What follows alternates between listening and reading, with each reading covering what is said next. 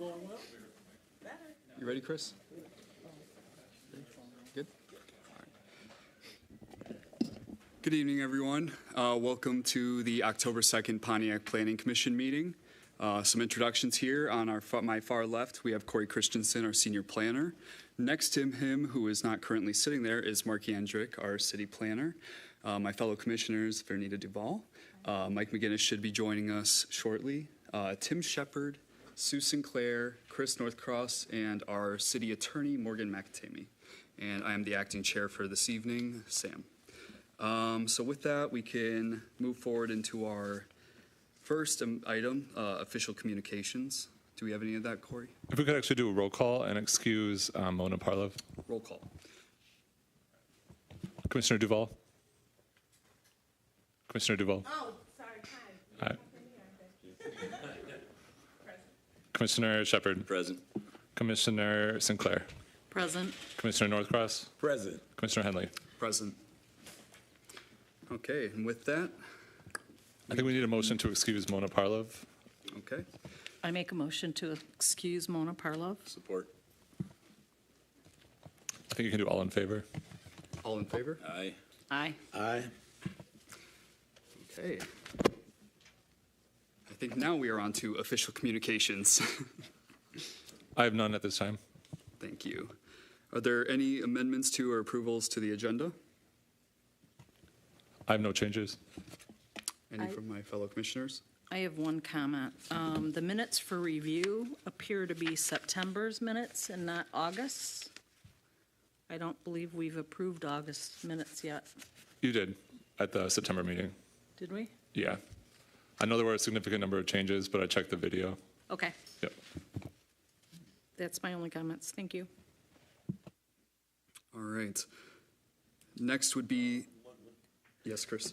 The August minutes, they're posted in the website, I do not believe the website's been updated yet. We will do that tomorrow. because I was not at that August meeting. Or it was, excuse me, was I at the August meeting? I was at the August meeting, but I wanted to have the minutes to refer to some actions that happened following that August meeting. And, okay.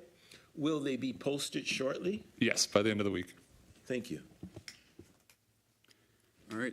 Do any of my fellow commissioners have any comments on the August meeting minutes or the September meeting minutes? No comments? Motion to approve the minutes? I make a motion to approve the minutes as noted for the August or September 7th meeting. Support. All in favor? Aye. Aye. All right.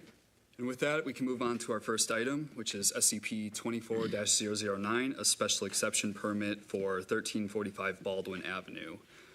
We can start off with our staff presentation. All right, so our public hearing for tonight is for 1345 Baldwin Avenue. The request is to establish a pawn shop at this location. The applicant seeks approval for the pawn shop, and the site is developed and contains one building and a parking lot. Staff is recommending denial due to the impacts on adjacent properties. If the Planning Commission does decide to approve the request, staff has two recommendations for conditions.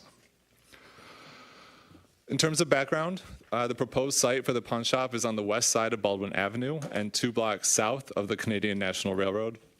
The applicant is proposing to reuse the existing single-story brick structure on site.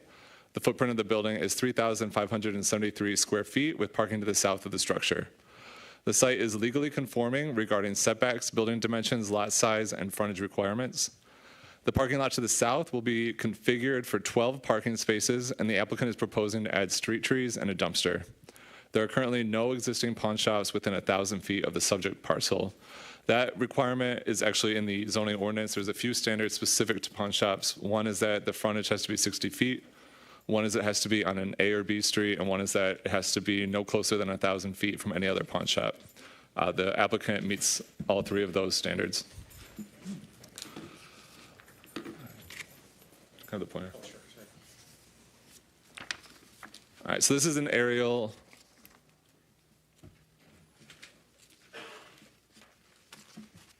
There we go. This is an aerial of the existing site. The structure sits along the north side of the property, parking to the south, one entrance off Baldwin Avenue. There is an alley to the west. It has not been vacated. It actually extends all the way south to the road down here, even though you see cars parked on it here. But this right here, this square, is the property in question. And this is where it sits within our zoning map. You can see it's along the Baldwin corridor, which is primarily a commercial corridor. C3 is the deeper red. C1 is the kind of pinker red. And then on both sides of the street, one block in, you get single-family residential. So these are the standards for special exception approval. You have seen these before, so I'm not going to read through them, but if you need to reference any of them, just let me know. In terms of staff's analysis on the request, it is staff's opinion that a pawn shop in this location may undermine the neighborhood economic development strategy from the master plan, as pawn shops tend to disincentivize economic growth and may potentially stunt that growth by preventing other community incentivized businesses and jobs within the neighborhood corridor. The site plans have been reviewed by the fire department and the city engineer to ensure the building and proposed use are appropriate for the location and will not present a fire hazard or an undue burden on utility services. In addition, pawn shops generally do not generate noise, glare, odors, or airborne emissions. However, there are economic and social impacts to the general welfare of the neighborhood.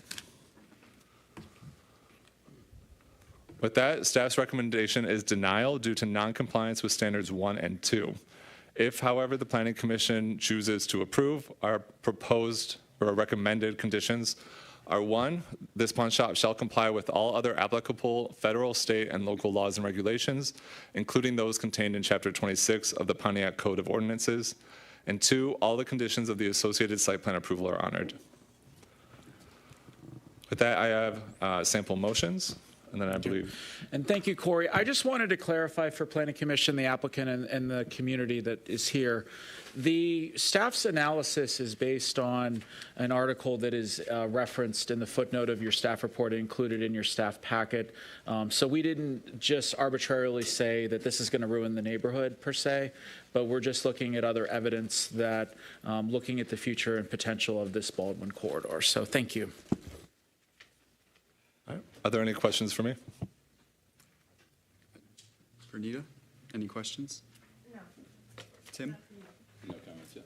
Sue, any questions for staff? No comments at this time. Chris? No questions at this time. Okay, and with that, we can have our applicant come up to the podium.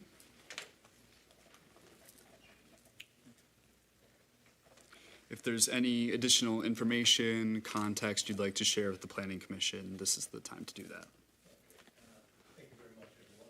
My name is Matt Ferris. Can If you you could turn turn- them? Oh, good. If you could turn your microphone on, it's the right button at the bottom.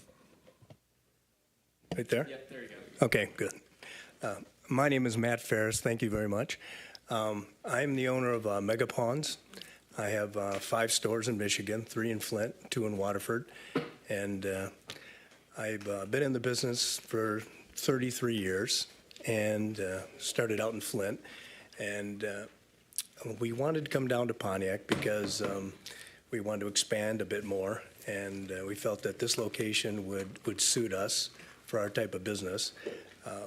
We keep our businesses, unlike maybe a perception that people might have, we keep them very neat, very organized.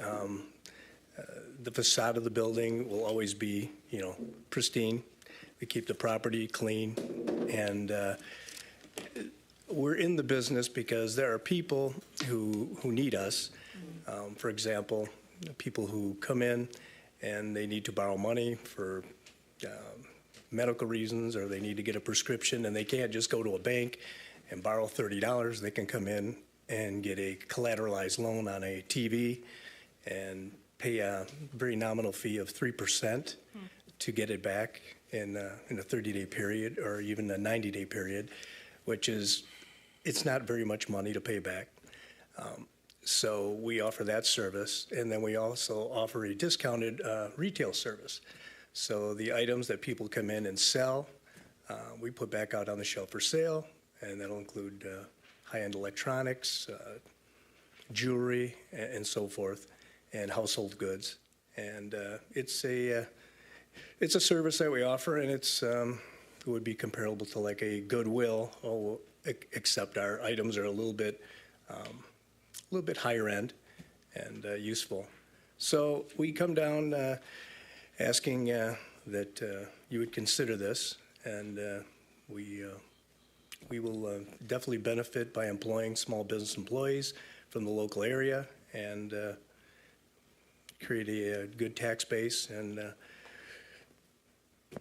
if there's any questions, please feel free to ask me. Renita, do you have any questions for the applicant? I do. Yes, ma'am. I have a question. Sure. Do you ever propose your pawn shop ideas to Birmingham or Rochester Hills or any of those high-end or neighborhoods that are I much have more been, affluent? well, I had a store in Warren, right off I said Birmingham or Rochester Hills or something like that. Birmingham or Rochester Yeah. Hills. No, I've never been down that far. Thank you. That's all I have. Okay. Tim, do you have any questions? Not at this time. Sue?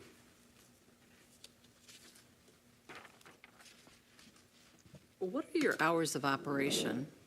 We are 9:30 to 6, Monday through Saturday. Thank you.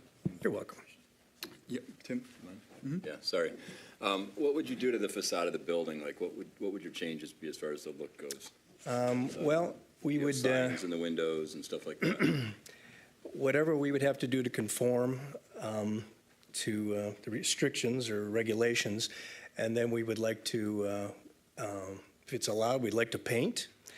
We'd like to trim and even put I'm sure we would have to, down the road, apply to have like a cosmetic facade put on it. And But not up front, you're not proposing that, like, major changes with the facade? no, not as of right now. Okay, all right. Thank Not you. as of right now, no. But all our stores are done like that. They're all, once we get the approval and everything, and then we go to the next process and what they allow us to do, and then we conform to whatever you need, and, we try to make it as, presentable as possible. Yep, I believe Sue has another question for you. yes. To follow up on what Commissioner Shepherd just referenced, you said you considering painting it. Are you painting it bright yellow? We will, our colors are yellow, gray, and red, and black. So usually the red and the black are trim, black letters if they allow on the building. Some townships or cities allow that, some don't. But usually it's either a gray with a yellow trim. I do have a building in Flint that is yellow with a red trim. But it all depends on what I'm allowed to do. Obviously yellow is bang, it's pretty bright, and it may not be what you like. So we'd go to our gray color with like a subtle trim. All right, thank you. You're welcome. Chris, do you have any questions? Yes, in terms of your business, Yes, sir. will that be limited to just the pawn shop business, or will there also be some other financial services such as payday loans or something like that? We don't do any other type of lending. We are strictly pawnbrokering. Okay, thank you. So I'll ask a couple questions. Okay. Now, do you own this lot and building currently, or is it contingent on the approval of the special exception? It is contingent upon the approval. Okay. And if approved, what's your timeline look like for construction or improvements and getting open? We had projected 6 months. We could get it done 6 months or less. Okay.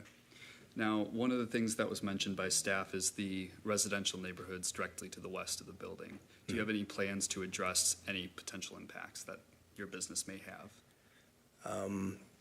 Well, we have to put the wall up in the alley, so that's what you require. As far as the community, usually the community welcomes us, and we would treat everybody, good, and everybody is welcome. Well, speaking of community members, have you talked to any of the surrounding neighbors, solicited any feedback, gotten any input from? Just when we were putting up the signs, I had a few people stop by and were inquiring, and they said, "Oh, great! We don't have one around here." Okay. That's all the questions I have, and if everyone else is, you have another? Okay, Bernita. Yes, ma'am. I've got West Bloomfield, Beverly Hills. Have you ever been to those areas with your proposals for your buildings? No, I don't even. I've very seldom even been down there. But you come to Pontiac a lot? I do because we have. I've been down in Waterford, which is right across the street. I'm on Dixie Highway in Sashabaw, so I'm quite familiar with the Pontiac area. I just haven't owned a business there before. Right. Thank you. You're welcome. Okay, and seeing as this is a public hearing, if anyone from the audience would like to come up and speak on this matter, please state your name and address into the microphone, and you will have 3 minutes to talk about whatever you like, as long as it's relating to this item on the agenda. And with that, we'll open up public hearing. Hi there. Good afternoon, Council, Administration, and Mark as well. Planning has a heavy weight of a job to do. And I am talking about this building. I'm also talking about Baldwin. The common denominator that I found in all the questions that you asked, and thank you, ma'am, for asking that question. That was a very good question, because that's one of the things that we as Pontiac residents, we have a problem with. I don't have a problem with his business, how he conducts his business is his business. But the location on Baldwin is a high-traffic area, but it's not a desirable area. And for years, you get to the point where you're trying to clean it up, and just when you get to the point to clean it up, you bring in businesses like this to attract thieves, to attract people to hang out. It has a terrible attraction. Desperate people doing desperate measures. And I say this because with this particular building, you gave him all the opportunity to say that he went to a district meeting. I did not hear that. He did not talk to the resident at a district meeting, which is a flaw. And that is one of the downsides of Pontiac residents turning into the drop-off center. I have nothing against pawn shops. I have nothing against people who pawn things either. But the type of business needs to be more selected that goes there. You have gas stations that's not maintained. You have oil stations that's not maintained. You have everything but nothing to bring up the city. You're attracting more negative than you are positive. Oh, Darlene Clark, 506 Nebraska. I'm sorry. Thank you. Chuck Johnson, 21 North Paddock Road. I only have one question for the petitioner. Well, maybe two. Is it your shop that's on Pearson Road in Flint? No. Okay, no problem there. Okay, what are your safeguards? What is his safeguards against potential stolen property, for an example? If a guy stole my TV, can he go to his shop and sell it? And if I come into his shop and recognize it and address it to him, what is his position as it relates to that piece of stolen property or whatever the property may be? And we'll give you an opportunity to answer the questions after public hearing. That's all I had. Thank you. Is there anyone else who would like to speak? Okay.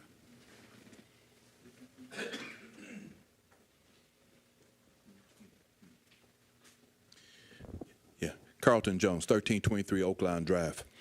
I'm not totally familiar with the site right now, but I am hoping that our planning commissioners and our planner is very conscious of the profile that I just heard of what makes this business acceptable to Pontiac. And I know we want a variety of businesses here in our city, but we don't want to get over inundated with one particular type of business that we have a tendency to be profiled for.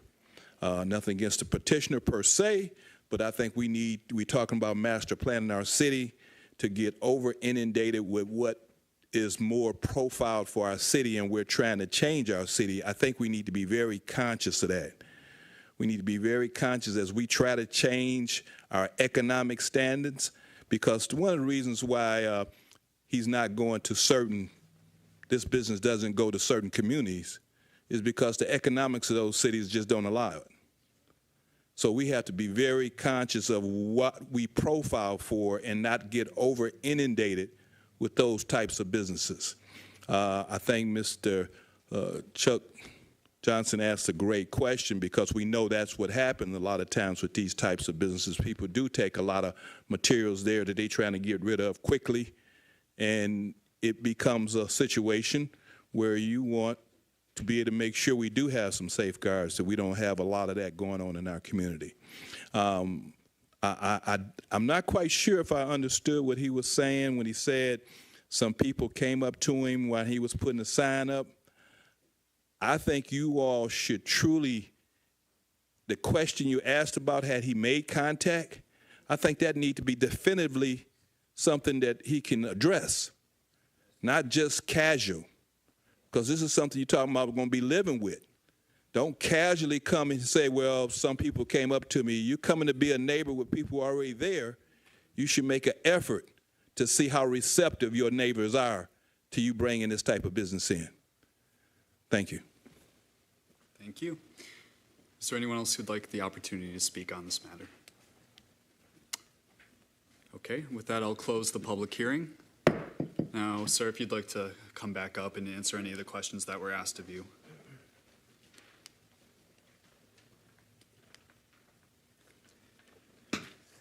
Thank you. Those are all great questions. I wanted to address the one that Ms. Duvall had asked earlier about why have we not gone to Birmingham or Beverly Hills. And probably because those people don't need our services. Secondary, the other gentleman asked a good question. What happens if someone steals a TV? They bring it into the store. Good question. What do we do? Well, we are highly regulated through the state police and the local authority. There's a system called Leads Online. So everything that comes in the store, it could be one ring, it could be a television, it could be a laptop computer. It doesn't matter what it is, even a DVD. So we have to have a state-issued ID, has to be valid. We thumbprint every single individual that comes in, and then immediately overnight it goes to the lead system, which is sent out to all the local municipalities, the townships, the cities, the state. And for example, if someone brought a television in and let's say we get a hit, we get notified like the next morning, we pull up our screen, it says, okay, there's a hit on a Sylvania 50-inch television.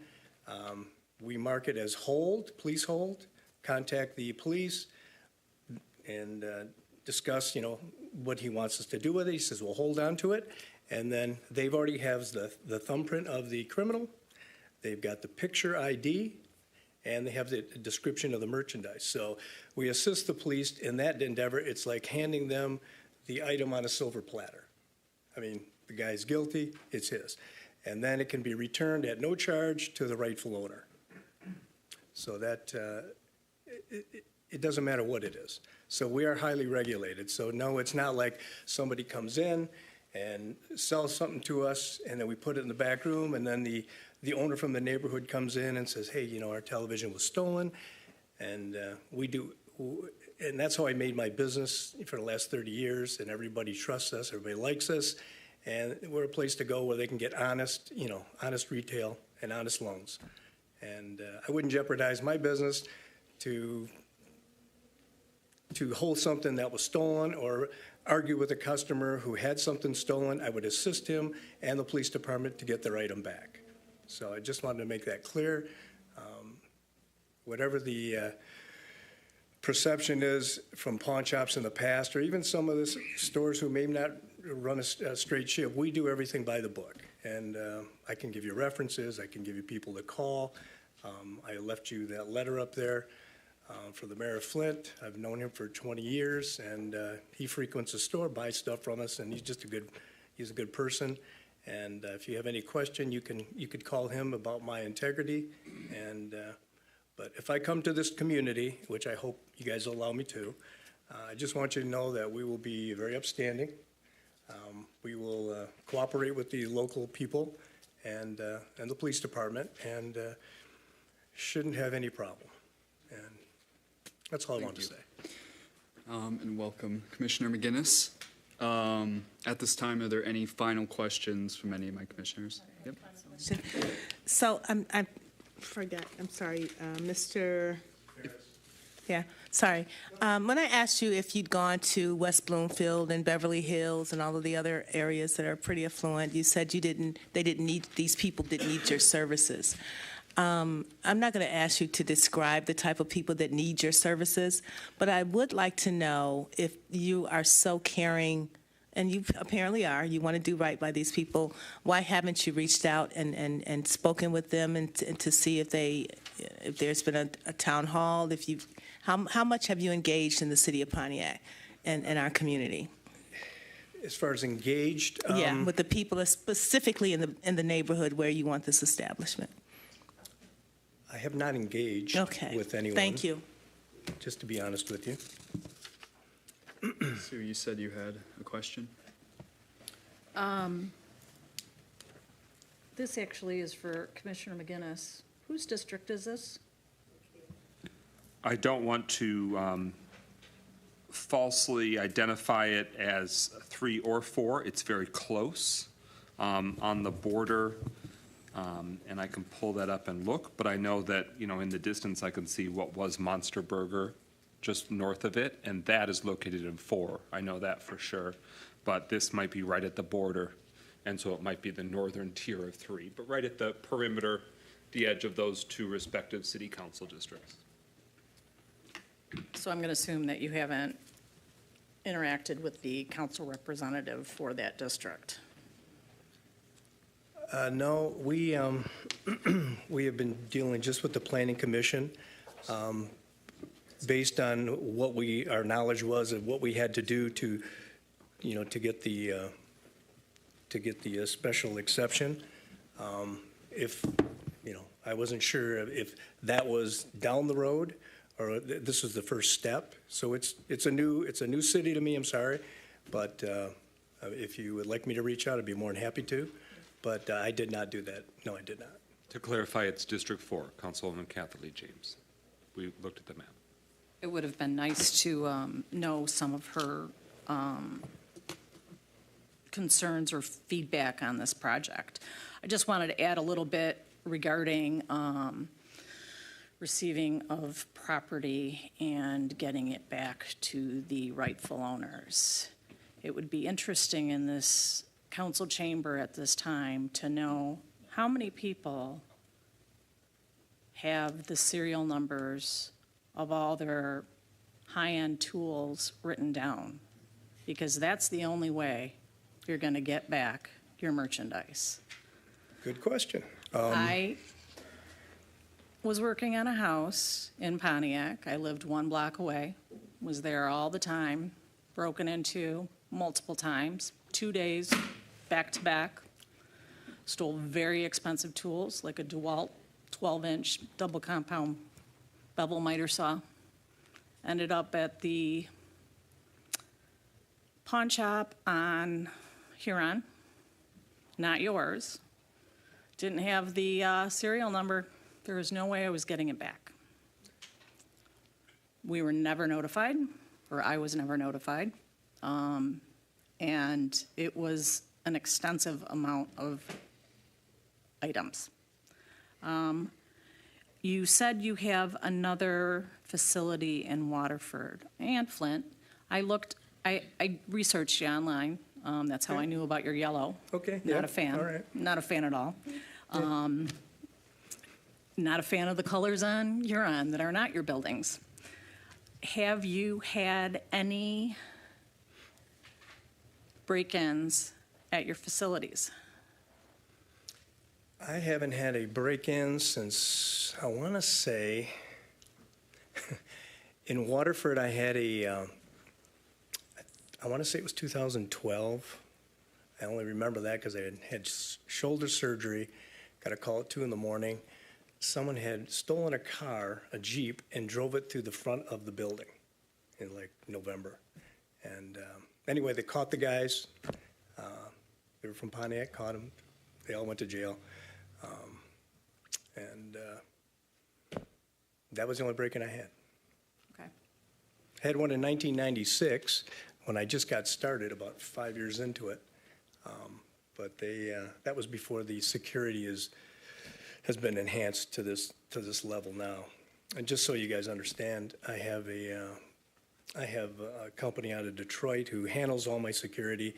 I have cameras on the inside, the outside, and they're monitored 24/7 by a dispatch service. And if anybody comes within 10 to 20 feet of the property, they see it, it goes up, and they talk to the customer, or the person, not customer actually. They talk to the person, tell them, stay away from the building. That prevents any type of that break-ins, and that's helped me immensely. It's expensive, but it's worth it. How often do people come in and reclaim their rightful property? About 80%. So it's a viable service. I know what you're thinking. And when something has happened like that to you, it leaves a bad taste in your mouth. And no, so things that come in our shop, I mean, let's say someone brought in a television or something and they scratched off the serial numbers, we wouldn't take the item. It's not worth it. We don't do it, and that's illegal. As far as tool goes, I guess your best bet, if it would have happened at our shop and we knew who the person was, and you knew, let's say it was someone in the neighborhood and you could identify and what have you, then we would help you get the item back. It wouldn't be like a resistance thing, because obviously if somebody brings in a crescent wrench or a box of tools, but if you could identify the box of tools, that's all you have to say, but you can't put serial numbers on those type of items. So we describe them as best we can. All right, thank you. You're welcome. Mike, did you have anything? Thank you, and I apologize for work keeping me back a few to get here on time. I had a few questions I asked Commissioner Shepard just to make sure I wasn't repeating it. The primary question, I would be curious to know, do you intend on consolidating or relocating your Waterford location, or this is in addition to? This is in addition. So has there been some market analysis or assessment done that there's a real pipeline or backlog where, this is a geographic location that's in desperate need of this service? That's a good question. I've been doing it so long, I know the areas, and I like Baldwin Road. I've always looked at Baldwin Road, and I said, well, what a great, it's busy. All my stores are on main arteries, Miller Road in Flint, Corona Road in Flint, Dixie Highway in Waterford. I had stores in Florida, but they were on a main artery. I had one on 8 Mile in Gratiot. Now it's called Motor City Pawn. It used to be called Mega Pawn.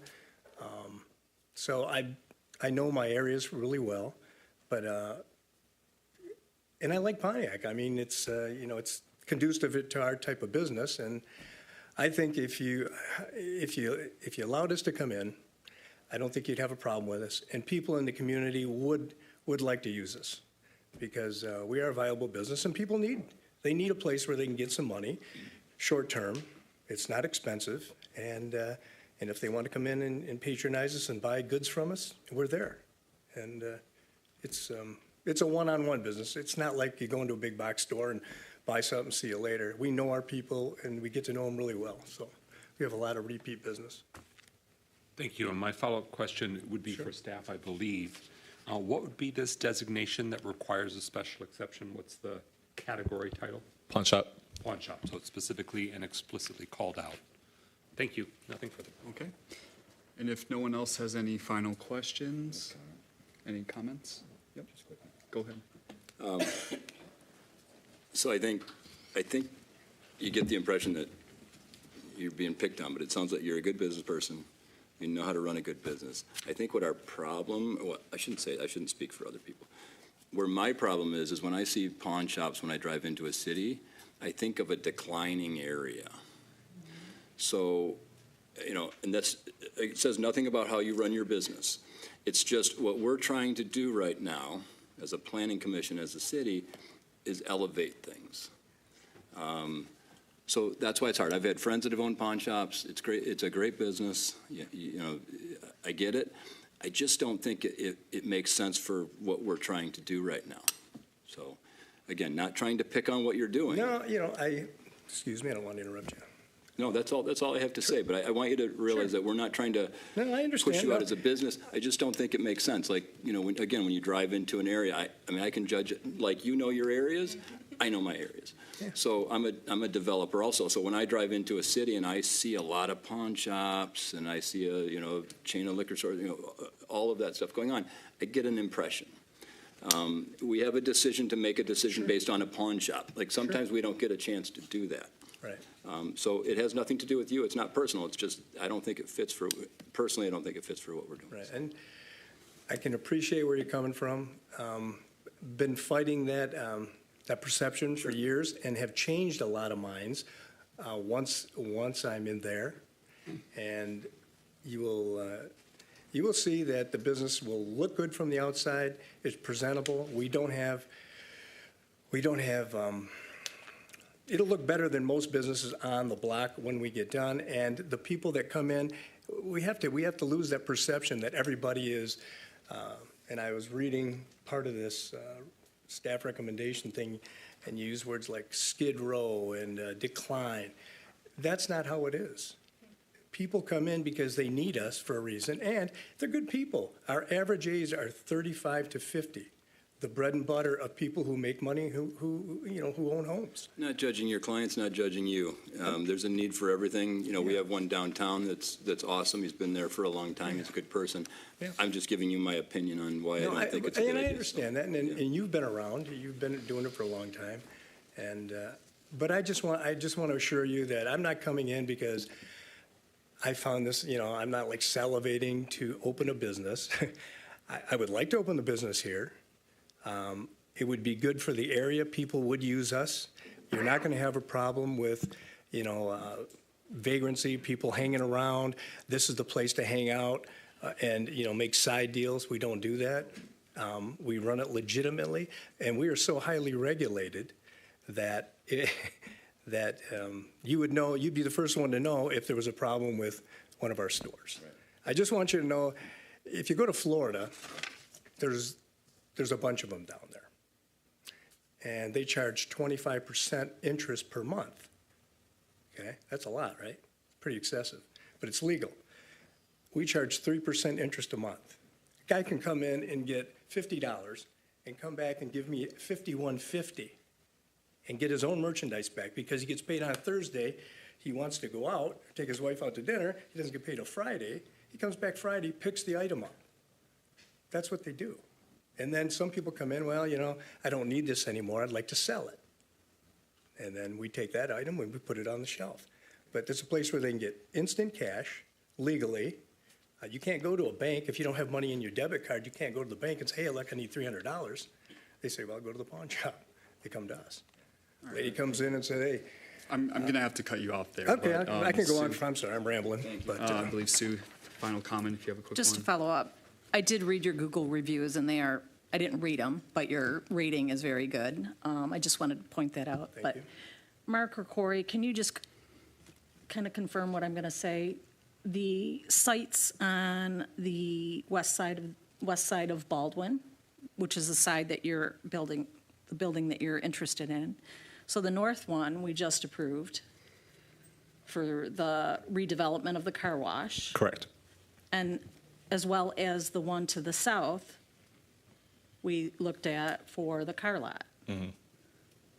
So both of those sites have recently been. Sorry, I remember the one to the north, 1375 Baldwin. What was the address to the south? I don't know the address. We talked about it. We talked about the alley behind it. He had some blue tarping up. I guess part of that we had him take down. He was I recall taking, that on the east side of Baldwin, but I could be wrong. he was going to take down the barbed wire. I recall that in my brain, it was on the east side of Baldwin. And then, of course, we have other projects tonight on our agenda that are on Baldwin. I Right. just kind of wanted to point that out, that that area is being redeveloped right now. That was my only comments. Thank you. Thank you, Sue. All right, well, I think we're at the point where we're ready for a motion, if anyone has one. I'll make a motion.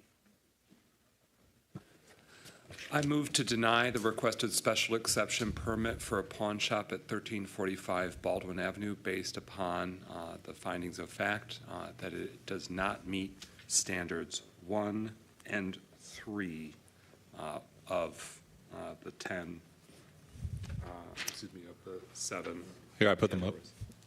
Support. Oh, sorry, you have to state a fact, a finding of fact. Okay. That it would be not harmonious with the city of Pontiac's master plan in terms of number 1, and number 3, that it would adversely change the essential character of the area and adversely affect the development of the surrounding neighborhood. Support. Commissioner Duval. Oh, sorry. Before we take our roll call, is there any discussion items that anyone has relating to this matter? And if there is none, then we can go into a roll call. I do want to thank the applicant. It was a thorough application. Per my understanding, it does not require a site plan yet, correct? That was the next item on our agenda. Okay, so the rendering on the special exception permit, if it had been approved, then the site plan would be next considered. Correct. Okay, but I want to acknowledge that it was a thorough application. Okay, Commissioner Duval. I support the denial. Commissioner Northcross. Yes to deny.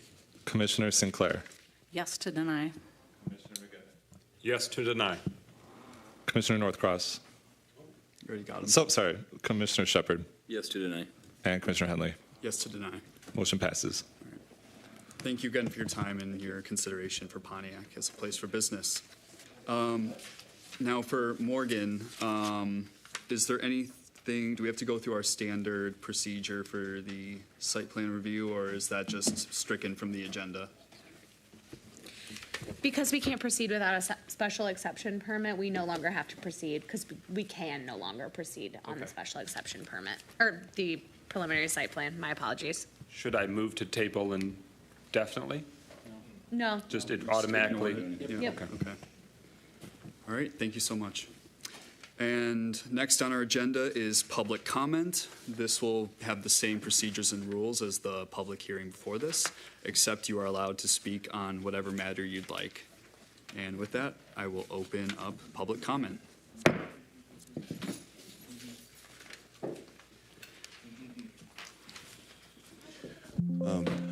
Carlton Jones, 1323 Oakland Drive. I just want to commend Commissioner Shepard for that mindset that we have to continue to think about where we're going as a city. And if we do that, I think we will be fine. And I know, commissioners, you hate to always say no, but sometimes it's appropriate to say no to where we're trying to go with our city. Thank you.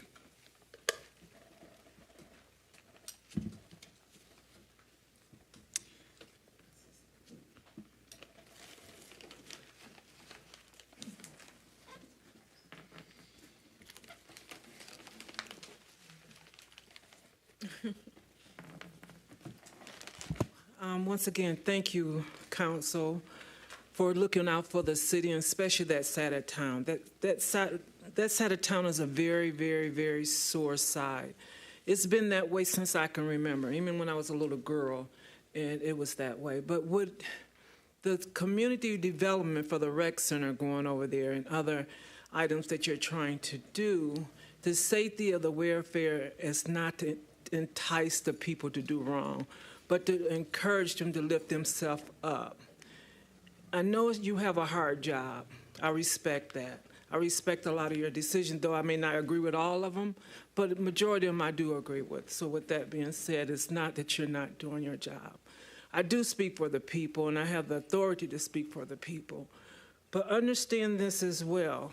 This master plan and the code and the charter that was just instrument is for the welfare and the safety of the people. Pontiac has been down for so long, so long. And if we continue to let investors come into our city, not talk with district leaders, that's what they're in place for. We have District 1, we have District 2, we have District 3, we have District 4, we have District 5, 6, and 7. Those people speak for us. They speak for the city of Pontiac to get the message to the council and to planning.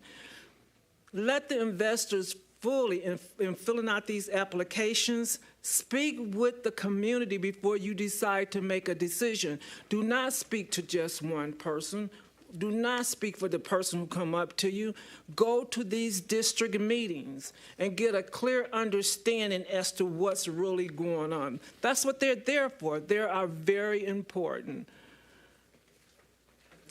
Thank you. Chuck Johnson here again.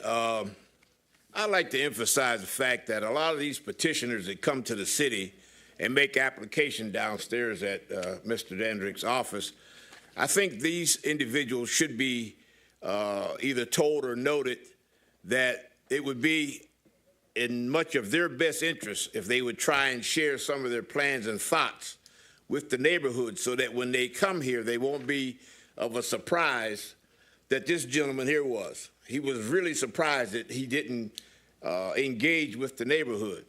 And I know that he probably should have known better, but then that's something that I think that our body should be able to caution him of when he makes application.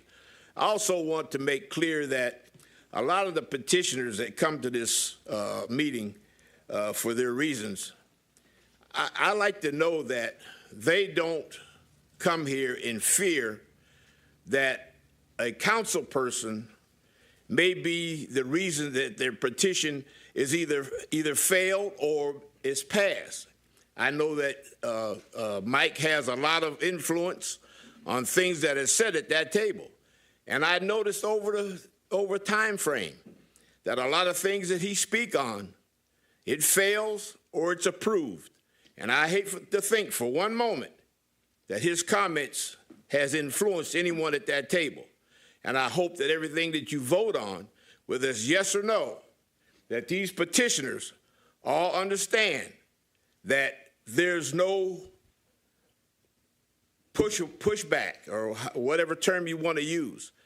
I want everyone that comes to this microphone with their petition or this forum to understand that, and this is nothing against you, Mike, but I know that you're on the council and you have a lot of influence, not only here but at the council. So you folk who are coming here to with your petitions, I hope that you feel comfortable when you come to this microphone and present your case and not be fearful that one voice may be the detriment of your petition. Thank you. All right, and it looks like no one else would like to speak, so with that, I'm going to close public comment. When we have no old business for tonight, so our next application is SPR 24-024, which is Nathan Stevenson at 148 East Howard Street. This should be a site plan review that's all very familiar to us. With that, Corey, we can take the staff presentation. All right. So tonight's site plan is for 148 East Howard Street. You are familiar with this site. It has been before you multiple times in the last year for a rezoning, for info session, and now the applicant is coming forward requesting preliminary site plan approval. The previous structure on site suffered a fire and was demolished in 2023. The applicant subsequently applied for and received a rezoning to C1 local business to allow for redevelopment of the site. The applicant is now proposing a single story with 3 tenant spaces and parking lot across East Howard. Staff is recommending the Planning Commission approve the preliminary site plans with 5 conditions. So first, here is the associated site plan. You can see the parking is to the north. One change from the last time this came before you, the parking lot was moved back 25 feet in order to maintain the required 25-foot setback for properties in the P1 district. There's a crosswalk proposed here.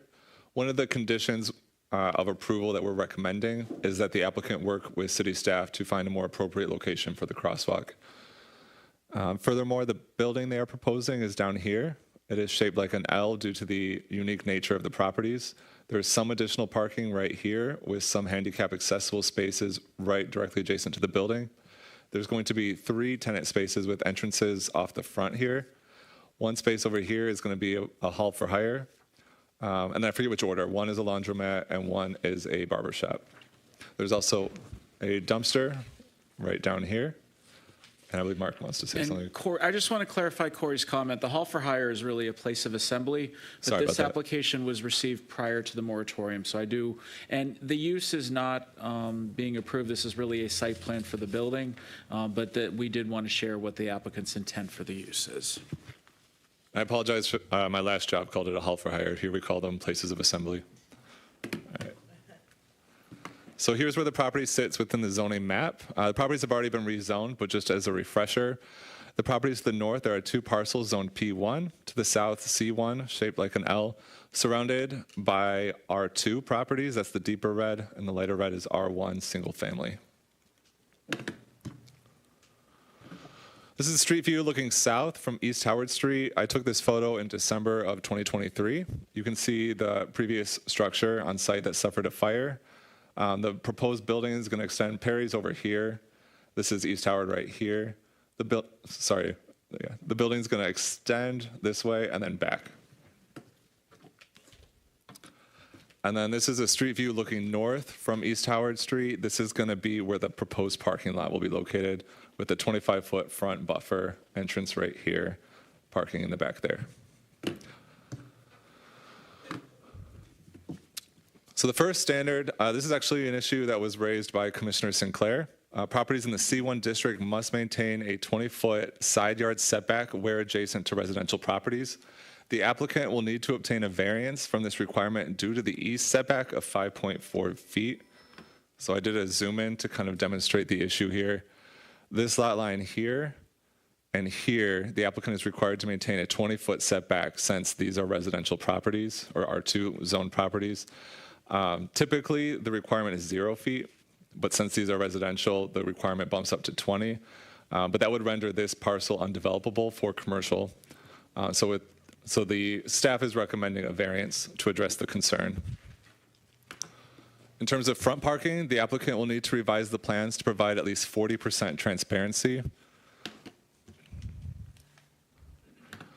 In terms of pedestrian circulation, planning staff defers to the city engineer regarding the best location of the crosswalk. It should be a condition of approval that the applicant will work with the city engineer to place the crosswalk appropriately as part of final site plan review. And then in terms of buffer requirements, the applicant is required a type B buffer where the parking lot sits adjacent to residential and a type A buffer where the structure runs adjacent to commercial. The applicant is providing both of those on the site plan. I just need further detail on the proposed masonry walls.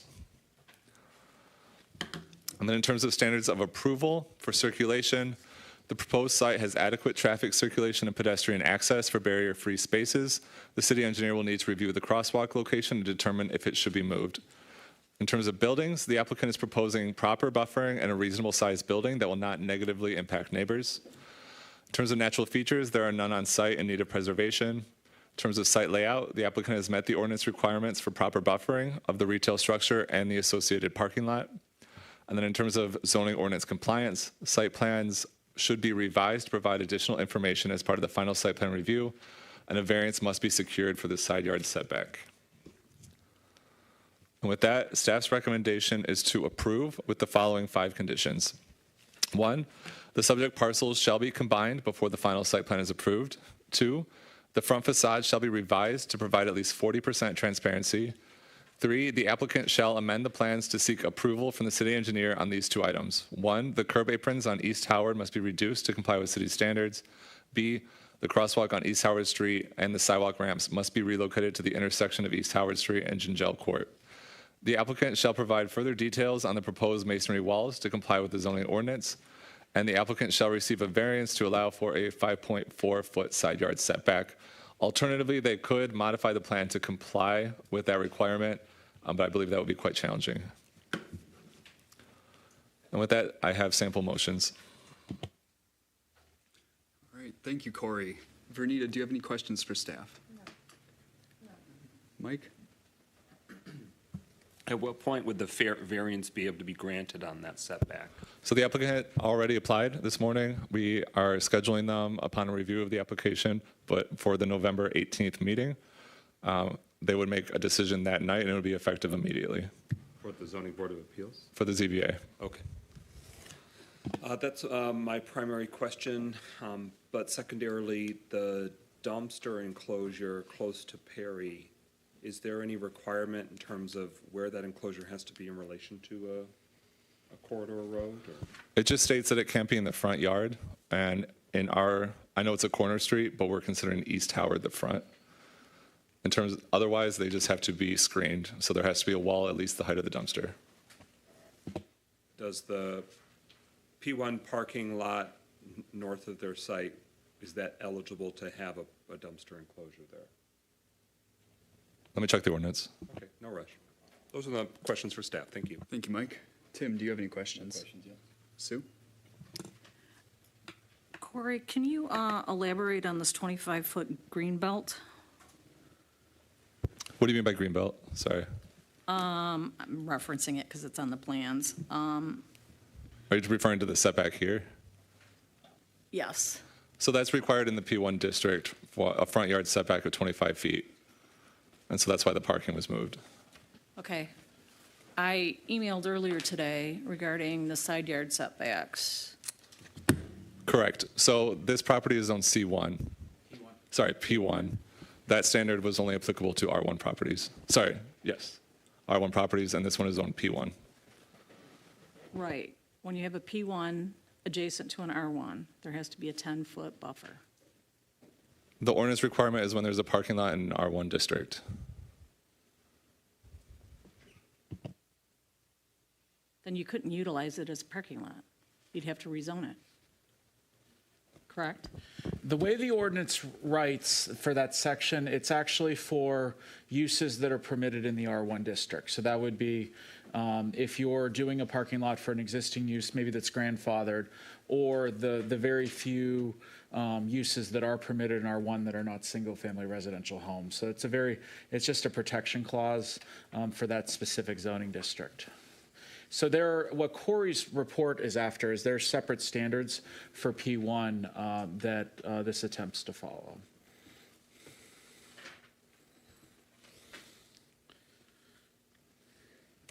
Yeah, the section you referenced in your email is 2.304, and that is the R1, R1A, and R1B district requirements. I followed up with the second one. I don't know if you received that. Yep, the second one, and that was addressed in our presentation, so that's the reason for the variance. Not the 20-foot. I'm not talking about the 20-foot. Oh, then, I'm talking about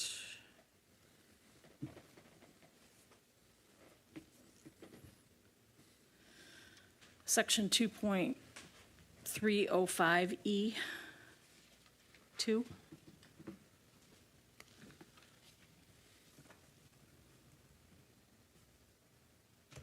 sorry, what about this section? What's your question? That's where it references the 10-foot buffer. So these are the requirements for R2 properties, not P1.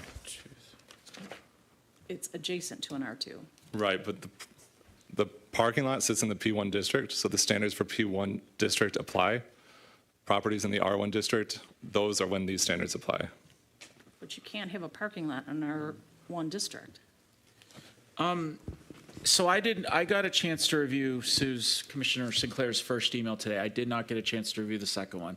I'm looking at it right now and feel that I feel that is a valid application that adjacent to R2, there is a 10-foot setback.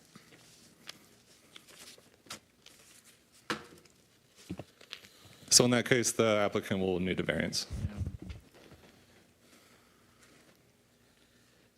right now, his parking requirements, are they, is he lacking? Does he have extra? Where's he at? The parking meets the requirement. Right. Number Yep. for number? I'll have to look it up. Okay, sorry. Thank you. No problem. Anything else, Sue? No. Okay. Chris, do you have any questions for staff? No questions for staff. I'll just wait for the applicant to come up, and given all the conditions we've just set up on the screen, I'll be interested to hear his response to that. Because I really was looking forward to this area being redeveloped, given what had been there, what's there now, which is like an open field. So I'll sit back and listen. Okay, thank you, Chris. Mr. Stevenson, if you could please approach the podium, and you could have the opportunity to add any context or additional information or any updates to this plan set. My name and address, Yep, yes, please. Nathan Stevenson, 290 Liberty Street, number 9. What was the question? If you have anything else you'd like to add on top of the staff presentation. Really, to be honest, seems like I've been down here 14 different times. I'm spending money, and I don't mind with the petitions and do this and do all that. I want to kind of get to it. I wish kind of, if you say, hey, this is what you have to pay, this is what you have to do. It's just crazy last minute. I get a call today saying, oh, wait, there's a variance, you got to do this, you got to do. If we could kind of, not move expeditiously, because my granddad always said, haste makes waste. But to be honest, we kind of got to move on, because I've been out of my building 1.5 years already. I'm ready and prepared to bring business to Pontiac. I live here. I've been here forever, finished school here. It's just, it's a little tedious, if you will. Good word, tedious, to be dragged through it. And then even now I learned today, there's a final meeting. Now, had this been, and this is my civil engineer here, had I been told there needs to be a 20-foot difference, we would have drawn it up different. I could have possibly saved $1,000 today alone. Had I been told, hey, this is what, we're only pretty much told, okay, we're going to put up a 6-foot wall, I believe it is, masonry wall in between the residence and my building. And it's just, I just wish just a little bit more. I'm exhibiting patience, and I appreciate y'all patience out this world, because y'all hear a lot of different cases. I was here with y'all last month till like 9 o'clock at night almost. So I know how just y'all sitting up there. I was ready to take a nap, so I thank you for I'm graciously thanking all of you, but I kind of want to, get my business going, because like I said, I've been out of 1.5 years already. And I'm ready to start vitalizing the whole community and, be an asset, so I don't want to ramble, but yeah. Well, we hear you and understand, and thank you again for your patience while getting through this bureaucratic process. Do any of my commissioners have any questions for our applicant? I just want to commend you. What I almost got emotional with your speech, and it's true. Some of these things are a little tedious and frustrating, and I'm sure it's pretty annoying too. And you said that so graciously and so mild-mannered, and I don't know if I would be the same way if I were you standing up there. I'm just being honest, and so I appreciate that, and I'm going to do everything that I can to move this along. So you get nothing from me but support. Thank you. I appreciate it. Mike, you got anything? Tim? Ditto. All right. Sue, do you have any questions for our applicant? No. Chris? Yes. What are the conditions that we're speaking of now? We listed conditions on the board, and now it sounds as though we've added in some additional conditions. From my understanding, those will be taken care of at the Zoning Board of Appeals. So there was the one variance that we addressed in our report. Sue just brought up the issue of the 10. I'm speaking. Okay, Commissioner Sinclair brought up that there was the 10-foot setback for the parking lot, but I did look it up. His application is in excess of 6 spaces from the requirement. I think the parking lot can be reworked without a variance. So I'd recommend a condition to rework the parking lot to meet the 10-foot setback. Good designs often require some clear understanding of the specs and the requirements. So hopefully we can give a good list of the requirements that we're asking folks to design to. I'm a little surprised. I thought when we went with the P1 parking district, we were adopting all of the P1 items, but it seems as though we have the R1 that we have to contend with that influences the P1 and the parking. So I see this as being a good opportunity to learn, to make sure that we can communicate a lot better with our applicants, so that we're doing a good job of laying out what the designs need to meet. I think a lot of times if we're clear on that, our applicants will come in with designs that will meet our requirements. So we've added in an additional request for that has to go to the Zoning Board of Appeals over and above the current one, the 5-foot variance? No, there's the 5.4-foot variance they need for the side, and then there's the parking lot setback, but the plans can be reworked to meet that without a variance. Okay. And we're going to call out the different ordinance numbers again and everything that the applicant should meet, and ask the applicant to demonstrate that they can meet them or to go and get the proper variances. Correct. Yeah. The reason I asked is I was just looking back through some of my old notes, and particularly, we've had some things in nuisance ordinances that I'm not sure we've always made applicants aware of. But beyond nuisance ordinances, it seems as though there are other ordinances that somehow we're not communicating to our applicants, hey, you need to meet this, so that the applicant, as they bring a design to us, a proposal to us, they can point out how they're meeting these items or what their plans are to allow the designs to go forward that will satisfy everyone here in the city. So thank you. All right, thank you, Chris. I have 2 quick questions. First one for staff. With an added 6th condition about reworking the parking lot, would that allow our applicant to bypass additional review for the Planning Commission? What additional review are you referencing? Another subsequent site plan review. So final site plans are typically administrative. Okay, so that would allow him to just work internally with you. Correct. So that when we go through the final site plan process, we'll make sure that that condition from the commission is honored. Okay, thank you. And then for the applicant, last time you were here, I had asked a question about the egress doors on the west side and on the south side of the building, and that from the site plan, there's no paved access to either of those doors. I'm not sure if that's something that'll be handled by the building engineer, or if you have any plans to address that. That was to me. Or for your civil engineer.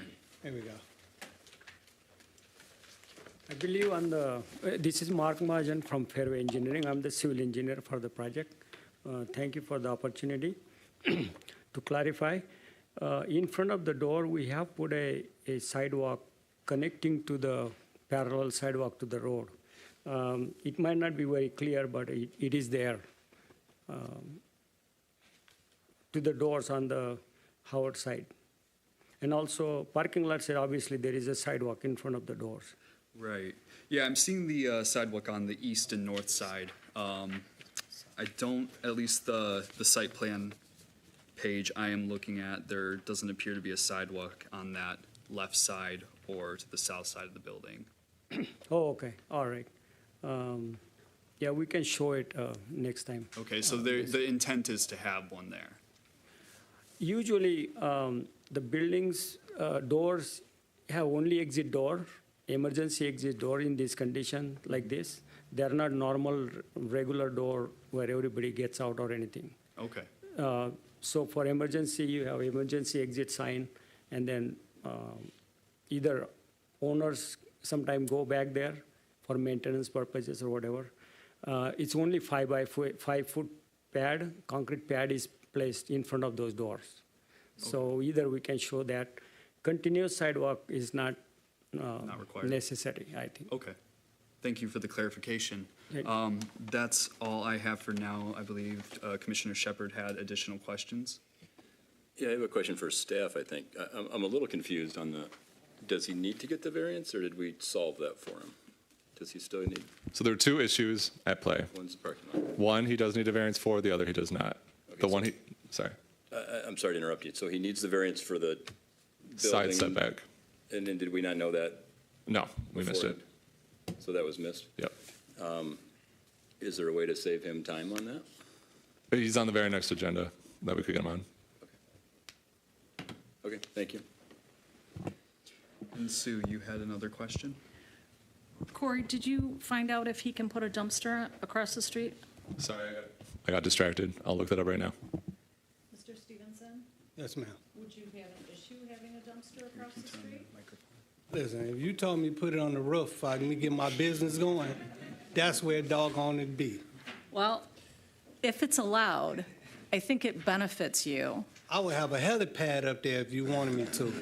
I think it benefits you to have it across the street I'm fine because with that. It's a larger area, and you know what? If you say yes, yes. it's easier for a garbage truck to get in and out of there. And plus you can add, if you take the dumpster away, if it's allowed, you could actually add 2 more parking spots adjacent to your building, which it makes it a little more. Look, if you told me cows lay eggs, I'm gonna call mama and tell her get the skillet ready. Okay?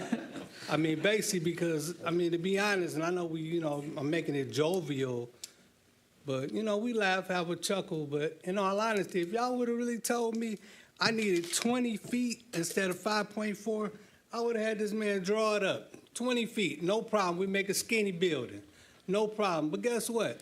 I could have saved $1,000. I just feel like it's kind of like, and it's not you guys, none of you guys, it's kind of a racket, seems like. I've been in some dice games before, and it seemed like, a little setup, like, hey, we got him to this point, now we need an extra $1,000 because I didn't meet this requirement. Do you kind of get what I'm saying? Had I been informed 20 feet, but guess what? I hope you approve the 5.4 feet, because that would be great. I would just love it. And I'm going to welcome everybody here and anybody else. Bring a friend, tell a friend, tell a friend. Come on in. We're going to get some haircut, some clothes washed, and then you can have your bar mitzvahs and whatever you want at the thing. Mr. Chair, if I may, just to clarify, the variance isn't required. The applicant can redesign the plans to meet the 20-foot setback if they like. So it's either or. So you're but he would have to lose part of his building then? Right. But if he wants to avoid the ZBA and redesign his plans, that is an option available to him. That's a question for you. For an extra month, you might get more building. Point of information, we're really giving the applicant flexibility. We don't have to settle that tonight. That condition number 5 that Corey put up there really is saying either you can comply or get the variance. So we're acknowledging that there's a conflict, but it really is giving the applicant the option to achieve the end goal there. Can I comment based on something with Sue? Can I finish? Yeah. I'm sorry. Mr. Stevenson, I'm going to say this as delicately as I can. I appreciate your patience. Looking at your plans, they're dated 9/13, and you have your civil engineer here. Yes. And on your plans, it does say a 20-foot setback is required. So you might want to follow up with him. Well, but if we can get the variance for the 5.4, I'm not mad at you. I've already paid for this today, right, as Corey informed. So please and thank you. Thank you. Is that it, Sue? Yeah, I'm good. Okay, Thank you. Tim? My only comment that was going along with what Sue, and I appreciate what she was saying, is maybe by moving the dumpster, we're pushing him to start dragging garbage across the street.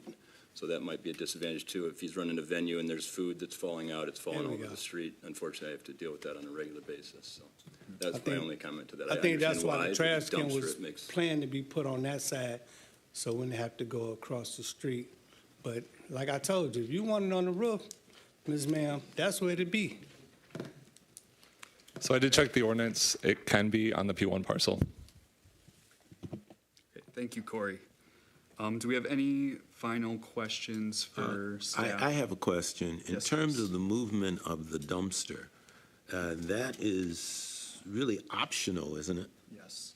So it would be, I would think we'd want to leave it up to the applicant, how that would work for the applicant. Now, I imagine there are some aesthetic considerations for the dumpster, but at the same time, there may be some practical applications in how you're operating your business that says, yeah, it has to be there. And there will be a dumpster enclosure around that. So maybe there's some creative idea on the enclosure or something.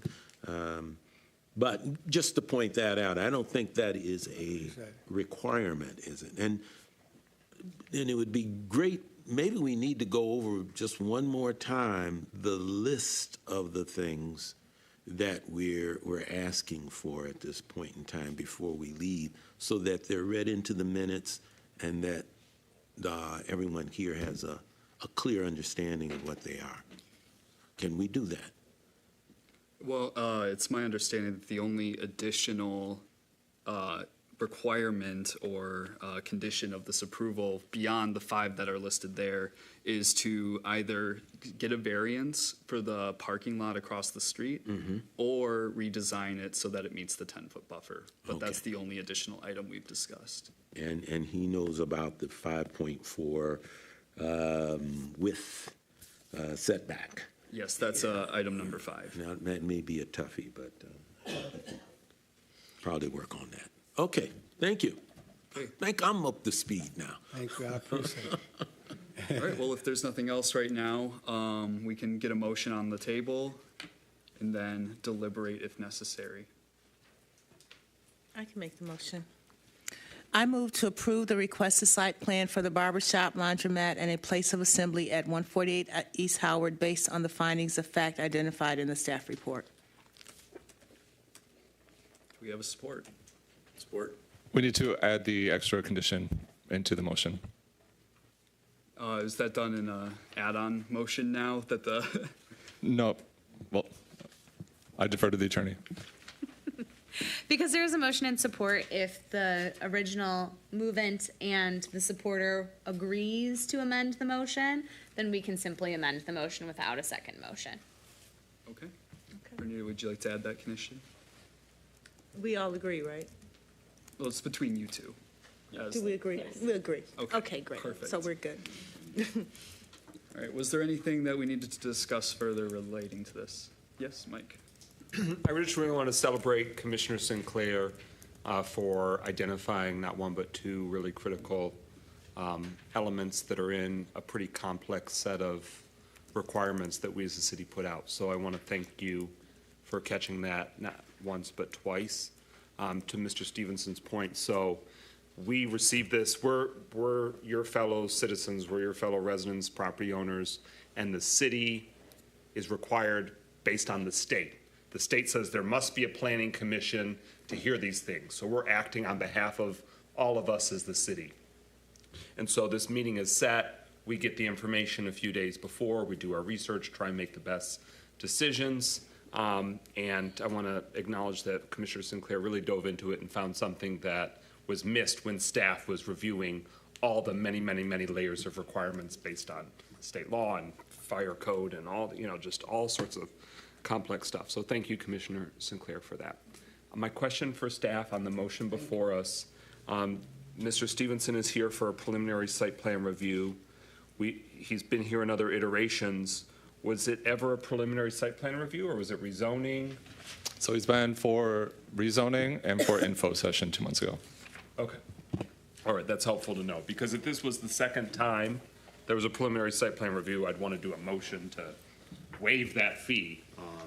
But that's helpful to know. This is the first preliminary site plan review. Because I don't want to be a part of a racket. I'm not trying to hose. I know, right? Exactly. All right. Any final comments before we take roll? Paul?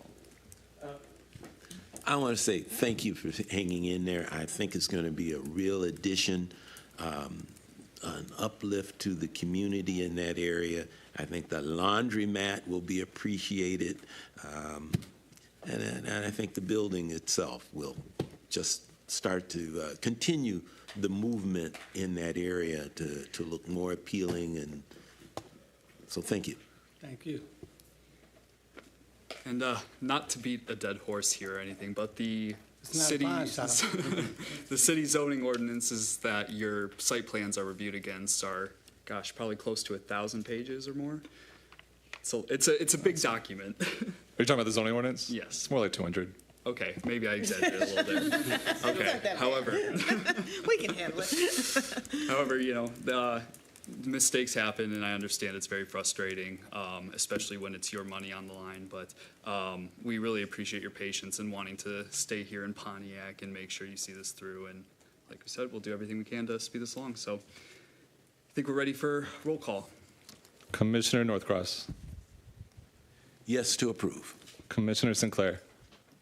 Yes to approve. Commissioner Shepard. Yes to approve.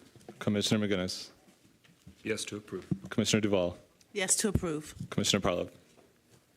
Sorry, Commissioner Henley. Yes to approve. Motion passes. Thank you. Congratulations. Thank you. Wow.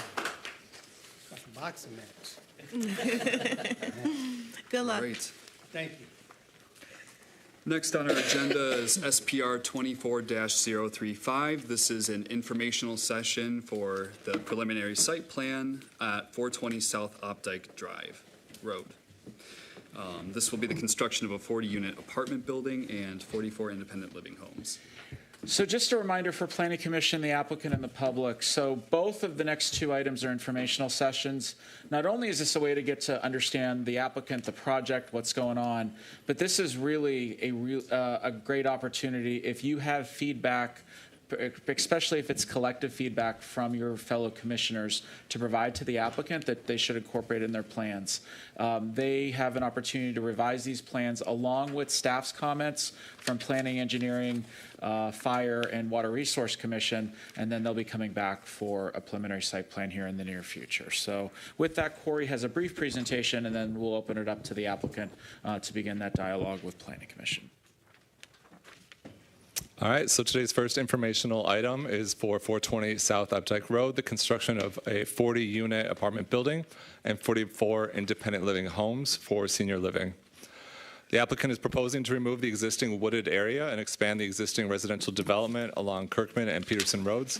The proposed development is for senior housing and will include apartment and independent living style residences. Staff recommends the Planning Commission review the proposed site plans and provide feedback to the applicant. Revised plans must be submitted by October 11th to be considered on the November 6th Planning Commission agenda. So here are the site plans. The existing development is in the lighter shade here. Currently, the roads extend here and then turns into a kind of a parking lot area.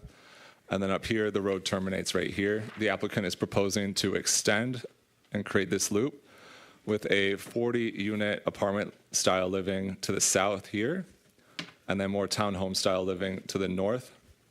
There's parking provided on all four sides of the apartment structure. The future Clinton River Trail expansion will be directly adjacent where the railroad lines are indicated on the plans. Here is where the property sits within our zoning map. You can see, I forgot to include the legend, so I apologize. The lighter green here, this is R3, multifamily residential. You have C3 adjacent, and then this gray, these are industrial zones. This was taken earlier today. This is a street view looking west from Kirkman Road. The proposed development would continue this road straight into the trees here. The proposed development would be this wooded area directly in front.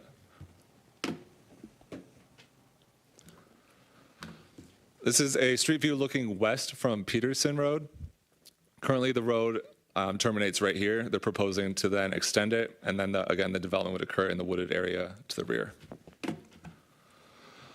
So staff has conducted a zoning review and identified the following issues that will need to be addressed prior to any approval. One, clarity on the ownership of the proposed roads needs to be provided. Will they be private or public right-of-way? If the roads are proposed to be private, then the parcels must be combined or an easement enacted to provide the two subject parcels with road access. So to make sure everyone's understanding what I'm saying, if it's a private road extension, then these two parcels would not have direct access to a right-of-way, which is required in our ordinance. So they would either need to provide an easement showing property access, or it would have to be right-of-way. It is unclear from the plans if any recreation area is provided. The zoning ordinance requires multifamily apartments to provide a recreation area amounting to 5% of the property. 3, it is unclear from the plans if any there do not appear to be any bicycle spaces proposed. Parking areas with more than 40 spaces are required to provide at least one bike rack. It is unclear from the plans what the width of the maneuvering lanes and drives will be. And 6, it is unclear from the plans what the dimension of the parking spaces are proposed to be and what color they will be striped in. 7, it is unclear from the plans how the internal roads and parking areas will be surfaced. 8, it is unclear if any exterior lighting is proposed. If so, please provide schematics and photometrics. And 9, please provide a tree survey in compliance with the Woodland Preservation Ordinance. This is needed to verify an adequate number of replacement trees are proposed. And then there are some facade renderings provided. So these are the independent living style structures here. It'll have vinyl siding and asphalt roofing. And then the multifamily structure will have vinyl siding, face brick veneer, and asphalt roofing. These are the standards for approval. You've seen these before, so I won't dig into them, but if you need to reference them, here they are. And with that staff summary, the structure and layout of the site appear to be suitable for the proposed use, and there are no major risks to the public health, safety, and welfare. However, there are some zoning compliance issues that need to be addressed pertaining to lot lines, parking, lighting, and woodland preservation. And with that, staff's recommendation is the Planning Commission review and provide feedback for the applicant to resubmit by October 11th to be on the November 6th agenda. Thank you, Corey. Can you go back to the last slide and just give me the laser pointer? I did want to bring up, and this is just another discussion item, and we've talked with the applicant, but it's probably a good discussion item tonight. If you see the green line on here, this is where the Clinton River Trail is proposed to be extended. And when I say extended, there's some process for acquisition and design that's happening right now. So we're looking at maybe 2 to 3 years away. The applicant's proposal really separates this and has a campus. I think this is a great opportunity to connect these, but I think the applicant can speak to what their desires are. This is probably the last opportunity that we can require anything, and I know this is a little farther out, will this trail be developed? But connecting, this residential, we want to connect residential to these mobility access sites. And so I think it's just a discussion point tonight to see where the applicant is. So if there's any further questions on that, let me know, but and the applicant can head up.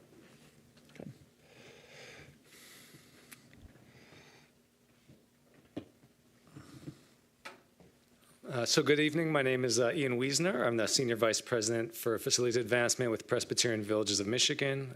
We've owned and operated the Village of Oakland Woods for more than 40 years.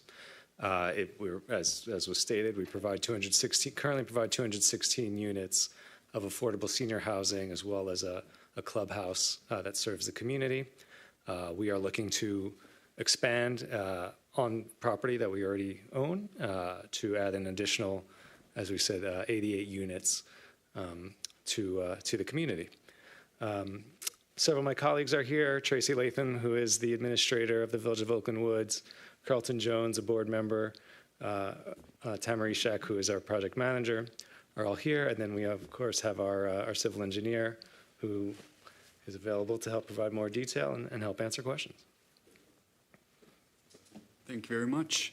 At this time, do we have any questions for Nita? No questions, just a comment. I think it's great that you're expanding. I've known your history to have a very beautiful campus, and actually my mom was even considering moving over there. So thank you. Thank you. Mike, do we have anything? Yes, I'm curious how the packs of turkeys will be enlisted in the construction effort, if they'll be We hope photo they'll ops of continue them to with share. hard hats. We hope to continue to share the community with our turkeys. So we're looking at phase 3 with the Roman numerals. Based on the public or the user's side, would it still be essentially considered Village of Oakland Woods, same naming, same sort of general approach? The community will feel as one community, despite the different phases. So the new phase hopes to integrate and be cohesive with the existing Village of Absolutely, Oakland and we're Woods. planning to also renovate and update the existing units as well as a separate project. Oh, that's great. And does that come after this, the new construction? Yeah, well, timing all depends, of course, on, when we're able to secure funding and start construction. So exact timeline of what gets built when is still a little bit TBD, but essentially at the same time. Completely respect that. I just want to, offer that. If a current resident was like, oh, what's going on with that? I welcome being able to just amplify that that's the long-term plan. What will it look like in terms of the natural vegetation sort of facing east, or excuse me, facing west? You'll be to the east. The future trail site, the abandoned railway, but there's obviously, if you go further, there's a lot of elevation changes, the concrete batch plant, the industrial to the south, Murphy Park in the distance. What would be the sort of intention for vegetation? Will it look similar to how there's a line of trees at the southern perimeter of the existing phases, or is that to be determined? There's no pressure, just want to get a sense of what the game plan might be. We are definitely going to have to utilize your tree replacement. Okay. There's no question. The wooded area is so thick with trees and underbrush. I mean, this development was part of the original planning for this. Granted, we tweaked it a little bit, but they were planning this phase from day one. But, the trees have gone unkept and they've gotten huge. So we're going to do our darndest to replace what we have to replace. And, there's a lot of land here, so we should be able to accomplish that. There will be a line of trees adjacent to the trail, because between the trail and our property line is a fair distance. Okay. Then we have building setbacks. So, there's still going to be a buffer there. And that'd be most likely be our first target for replacement trees. What were the years that the other phases of the Village of Oakland Woods were constructed? Do we know? I have I have all the old plans in my office. I couldn't recite dates. It's about 1980 and about 2006. Okay. Okay, that's helpful. It's a substantial housing opportunity that exists already in the current phases, very desired, and there's obviously capacity issues. There's limitations in our community, and so to have more housing capacity that is quality, that meets the need, is really important. So I'm grateful that you're pursuing, that the organization is pursuing an additional phase that might have been planned many moons ago, but I'm glad to see it's coming to fruition. In the future, since this is the informational session, this is the gist of it, get us sort of providing that exchange. I'll just be looking to make sure that it's harmonious for your residents' sake. It'll be harmonious based on, what that final footprint looks like. It's always challenging when you're so close to industrial and all these different uses. I think it'll work well here because there's enough space, there's enough nature, flora and fauna to work to make that integrate well. But that's what I think the Planning Commission will look for, that we'll want to make sure that this development is harmonious and compatible for the new phases residents and the current phases residents. We're not so concerned about, well, what's that sort of shipping and logistics plant to the south? What do they see when they look at you? I don't care as much about that. I want to know what, when your residents, they're looking out, what do they see? How are they experiencing, really, which is a really beautiful, I would say, one of the largest natural portions of our city, and it's a lot of opportunity for the next future generations. It was flagged that the 5% at least for recreation. Do you already have some early concepts of how that might come to work? I'll have to discuss it with the owner, but we have a few spots where we have ample green space to do something, because you're not talking about a lot of kids in this place. Yep, and so, for example, we have senior apartments that are planning. Maybe we can do like, a walking trail internally with some benches or something. I don't know. I'm just throwing out ideas. We want to suit the demographic, the age, the clientele. Right. It's not a matter of sticking a kiddie play place where there won't be any kiddies. Right. But we have other senior apartments that are planned where they're in that same concept of how do we make it work for a more mature population so they can recreate, they can enjoy the land. I think that'll be beneficial to your residents. So, right, and that's, I'm the engineer, so I have to make suggestions to these guys, and we go from there. I do want a final, just extended an invitation to your team, however it makes sense. I'm not assigning who it should be, but for the East Side, we have monthly meetings, the second Monday of every month, 7 p.m. at Prospect Church, that if you'd like to get on our agenda for October, for November, for December, if it's way further out, but I want to help amplify this to the community so they can get excited and know that it's coming, because to Commissioner Duvall's point, there are members of the community that I've often heard from that hope to aspire to live there, just there wasn't vacancy. Thank you.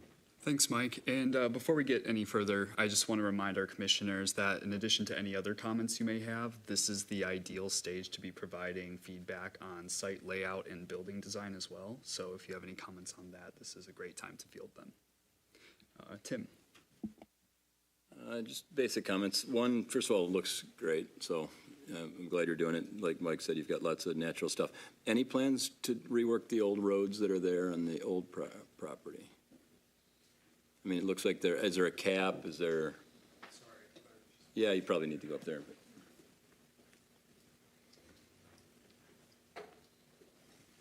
So the main development is focusing on the new construction. The old roads, we did a couple of studies, like CNAs and assessments. So there's not much to be done there. Like they're in a very good shape, but still we're gonna improve like a couple of replacement, like for like curbsides or some damaged asphalt. I was just curious. I mean, just looking aerial, it looks like it's got lots of repairs to it, but. Yeah, like we just got a third party, so yeah, but by all means, if there's any like recommendation, we're happy to include Yeah, it's not part of this plan. I'm just curious more for, what you're doing there. So just bring us something great. I think that's the idea. So that's what we want to see. Thanks. Thank you. Thanks, Tim. Sue, do you have anything? Curious what the cost on the apartments are a month. So the apartments, we are applying for a HUD 202 grant, which so it would be income restricted by HUD's restrictions. So they would pay, so for 35 of the 40 apartment units, they would fall under that 202, in which case residents would pay 30% of their income, and then the rest, based on HUD's determination of fair market value, would come from HUD. So it would be 30% of the income. Okay. My second question is, I see dimensions on the detached buildings, not detached, but I don't see dimensions on the apartments. They look to be about the same. What's the size of the apartments? The unit size inside, the efficient units within Yes. the garden style building? Yes. They're probably around 500 square feet. Yeah, plus or minus. They are efficient units. Okay. If you can just clarify, staff, in an R3, they should be 600 minimum? I believe 600, let me confirm. Okay. Just want to point Thank that you out. for that. Thank you. That's it. Chris? One, I can say all of my friends and the people that I've been associated with who've lived in the village, they've all have been very pleased with their experience there. I used to work as I used to help out and drive the Sunday school bus. So you would see me swinging through there on Sunday morning picking up folks. So, if you continue and it looks like you are doing what you're doing and you're just going to expand, I think it will be a definite asset to the community and good. Yeah. And I too had that same question that Sue had about the efficiency units. What were the dimensions on it? So thank you for asking that. So on that note, the ordinance requires 600 square feet minimum. Okay, thank you, Chris. I just have a couple really quick things. Overall, I really like the layout, and I think it looks great. But and the buildings, I think, look really nice too. The one thing I will bring up, though, is that it does look like a lot of vinyl. And our usual chairperson who's here, Mona Parlov, she is one of the most outspoken people against vinyl siding that I think I've met. So I guess, do you know what thickness of vinyl siding you're proposing for the buildings at this time? I think it's gonna be the D4, but we need to double check, like, eventually. We're still like in the early stages of the design right now, so we're working on the construction documents. The good news is we are pursuing a green certification as well for the buildings, so that might be considered as well as an alternate material that we can look into, like in finishes. Okay. Yeah, if you guys were willing to look into alternate types of siding, yeah, than vinyl. Not saying to eliminate the vinyl completely, but some variation in the type of siding, I think we would appreciate that with do as much as you can without blowing up your budgets and making the project infeasible. And then the only other thing is just to echo Mark and Corey's point about the Clinton River Trail, and that whenever that does happen, and if it does happen, that I also agree that connecting to the trail and giving your residents an easy way to access it would be a great amenity. For sure. And I will add, though, that if there is a tentative design, even if it's not part of the phases, that helps the city design the trail as we're going through that. So I would say there's some coordination planning that would be helpful to do now as we're designing that out. So please let us know. And if there's anything to incorporate in the plans, please add them. Thanks, Mark.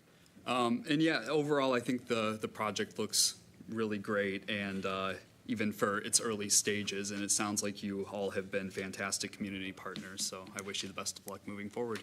Thank you. Yes, Mike.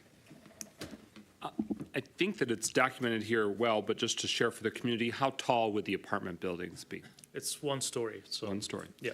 And you heard staff there, or want staff to elaborate. So what's the need to have either a right-of-way or an easement on a sort of separate parcel? Is it so that emergency vehicles can legally access, or? Really, this is not required for this, because while there are public and private streets already there, those emergency vehicles can access because they're not accessing another property to get to this property. So the need for an easement really is not required there for something like this. The parcel doesn't have street frontage. Yeah. So meaning this parcel, this new subject area, the issue legally is that the city of Pontiac has to have a claim or some way to access it, because it's not on Opdyke, it's not on South Boulevard. Right. We would have to either establish or clarify that Peterson or Kirkman or, the Heatherwood, that is already established as a public road back in 1980 or back in 2006, or there might be an existing, most likely, there's an existing easement from the city in the musty old files that we've just scanned, that it might already have that clear, and if not, we may need to get that documented. Is that right? Yes, So- okay. with one addition, that another option for them is to simply combine all their parcels into one, and then they'll Okay. have frontage on Updike. Okay. Thank you. Those are just additional questions that came up as others were asking. That's great. Are there any other additional questions, comments, concerns from our commissioners? It would be helpful to know, like, this isn't obligating you to it, but what's your ideal timeline? Are we talking about, open to residents in 2026? Are we thinking this is going to be a 12-year construction process? What are we aiming for? Yeah, no, we actually just submitted our low-income housing tax credit application yesterday, so hopeful that that gets approved. We'd be able to start construction sometime next year and be open in 2026. Thank you for that. Okay, well, if there's nothing else from us, thank you so much for bringing this project to us and getting to tell us more about the vision here. So, Thank you. Thank you. all right. With that, I think we can finish that up and move on to our next item on the agenda, and that is SPR 24-033. This is an informational session for the preliminary site plan at 283 Baldwin Avenue.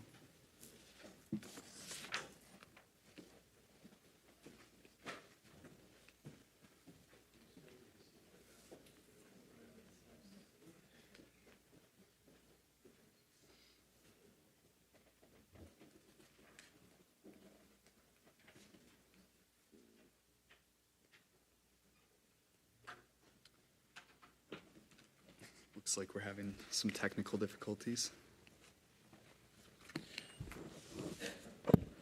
So as Corey's kind of getting that set up, I'll just kind of tee this up. This is, again, an informational session for Hope Shelters. They already have a facility, I think it's 2 blocks away, if I'm correct, and they're looking to expand their site. So Corey, I'll let you take it from there. So the site is currently vacant, and the applicant is proposing a new building with a footprint of 20,395 square feet. The applicant is proposing to utilize the building as a shelter, office, and medical facility. Community service facilities, which is what a shelter is classified as in our ordinance, are classified as a special exception use, meaning they would have to come forward next month to receive that special exception in addition to the site plan review.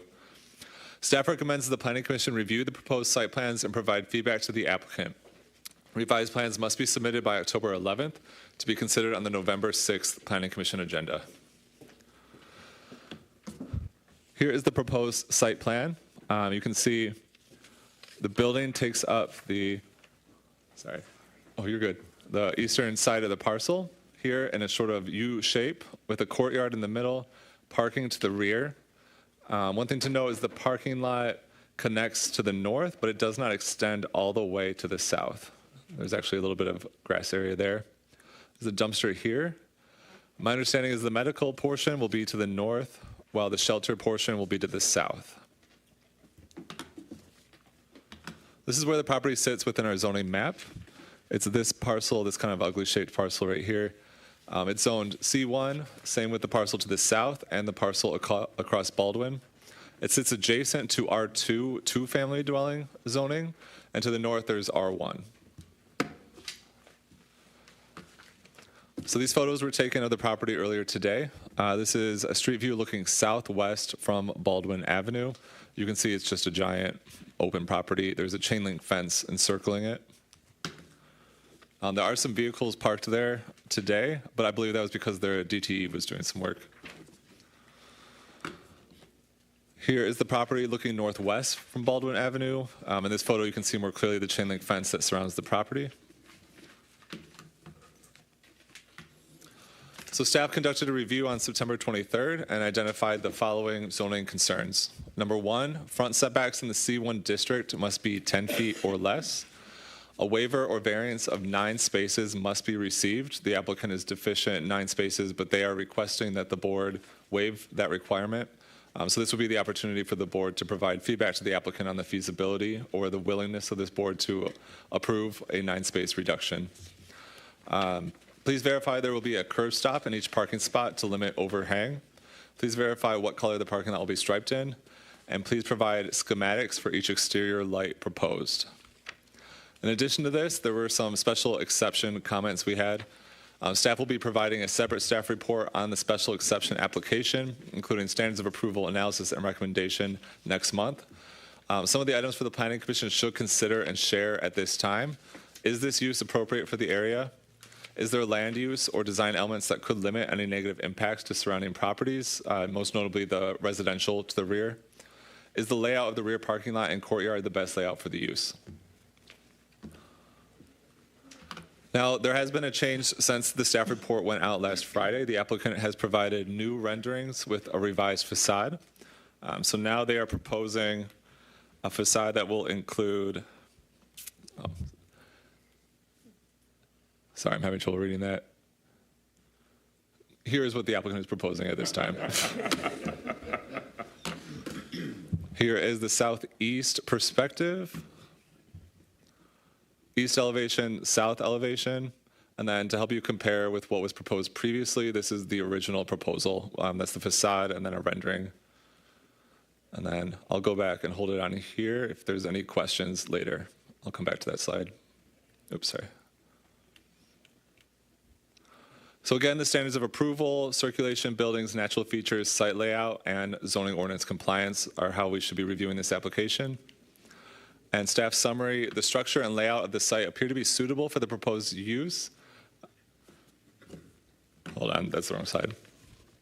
Staff recommendation. Staff recommends the Planning Commission review the proposed site plans and provide feedback to the applicant. Revised plans must be submitted by October 11th to be considered on the November 6th Planning Commission agenda.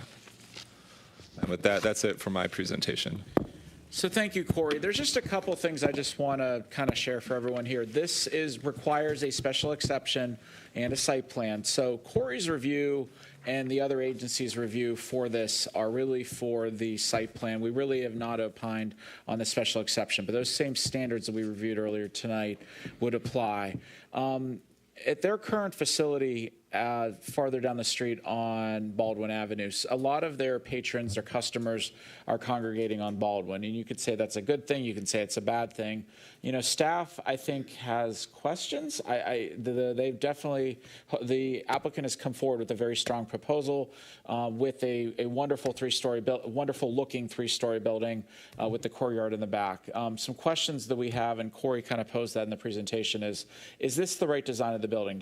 Should they focus more towards Baldwin? Should they focus more towards Rundell? It is single-family residential zone to the north on Rundell. Or should they focus and flip the building where that courtyard is maybe facing the south, where it is currently vacant? I don't know that there's a definitive answer or direction from staff at this point, but we thought it was appropriate to have this discussion here. You know, with the public hearing, there will be a sign at the site. There will be it will be noticed to everyone within 500 feet, and we just wanted to make sure, that there was proper design elements that was sought here. I will say I've only briefly seen these new renderings. I think it looks lovely. I want these things everywhere else in Pontiac, but I think as part of a future site plan review, I think staff may evaluate the architecture here compared to the residents in the neighborhood. I think it's a wonderful looking building, but is it compatible with the rest of Baldwin? Is it compatible with the homes that are in these adjacent neighborhoods? The answer might be yes, but I think we want to do a little comparison to see how compatible it is. Again, I want to give the architect credit. If the funding is able to, the funding and the design is able to produce this building, I think it is a wonderful looking building that would enhance the corridor. We just want to make sure it's appropriate for this area of Baldwin. So thank you. Thank you, Mark. If we can have our applicants come forward, can tell us a little more about your project and any other additional information you have for us. Real quick for clarity, there's an additional handout I printed for everyone, just to make sure you're aware that's for this case. Good evening. Thank you for having us here tonight. My name is Bernard Grant. I'm from Stantec out of Berkeley, Michigan. I have my architectural designer with me. I have the executive director from Hope, as well as my civil engineer. What I'd like to do is I'd like Brian to introduce Hope, talk a little bit about their mission, talk a little bit about what they're trying to achieve with this project, and then I would like to address some of these points and after that, I'd like Andrew to introduce the building to you and talk a little bit more about the material aspect of the building as well as the geometry. I think there's materials that we're planning on using on this exterior that do have a residential feel to them that may address some of your concerns. So to that end, I'd like to have Brian introduce himself and talk a little bit about Hope. Thank you for allowing us to present to you tonight. I am Brian Wright. I am the executive director there at Hope Shelters. We've actually been there for about 24 years. We began over in the Baldwin Center. We rented space there and started as a warming center, just opened during the coldest days of the year. In 2015, we started a year-round shelter in our current facility. We bought the abandoned building that was an old church and turned that into a congregate setting. There are actually 60 people sleeping in one big room in that facility. Not the most dignified setting, but despite that, we managed to see more than 200 guests exit that shelter each year to a place they can call home. And we have a 95% success rate with that. And we're excited about those success stories. By the way, that's not just us making that claim. There's a system called the Homeless Information System, HMIS, Homeless Management Information System. And that's a statewide, actually across the country system, and they are the ones that tell us what our success rates are. But despite the fact that I've just told you that 200 people exit the shelter to a place they can call home, we have another 200 folks that we see every year, unique individuals who will be with us multiple times, and they generally won't stay in the shelter very long because it's too loud, it's too chaotic, it's too undignified. And these are folks who usually have very complex issues to deal with.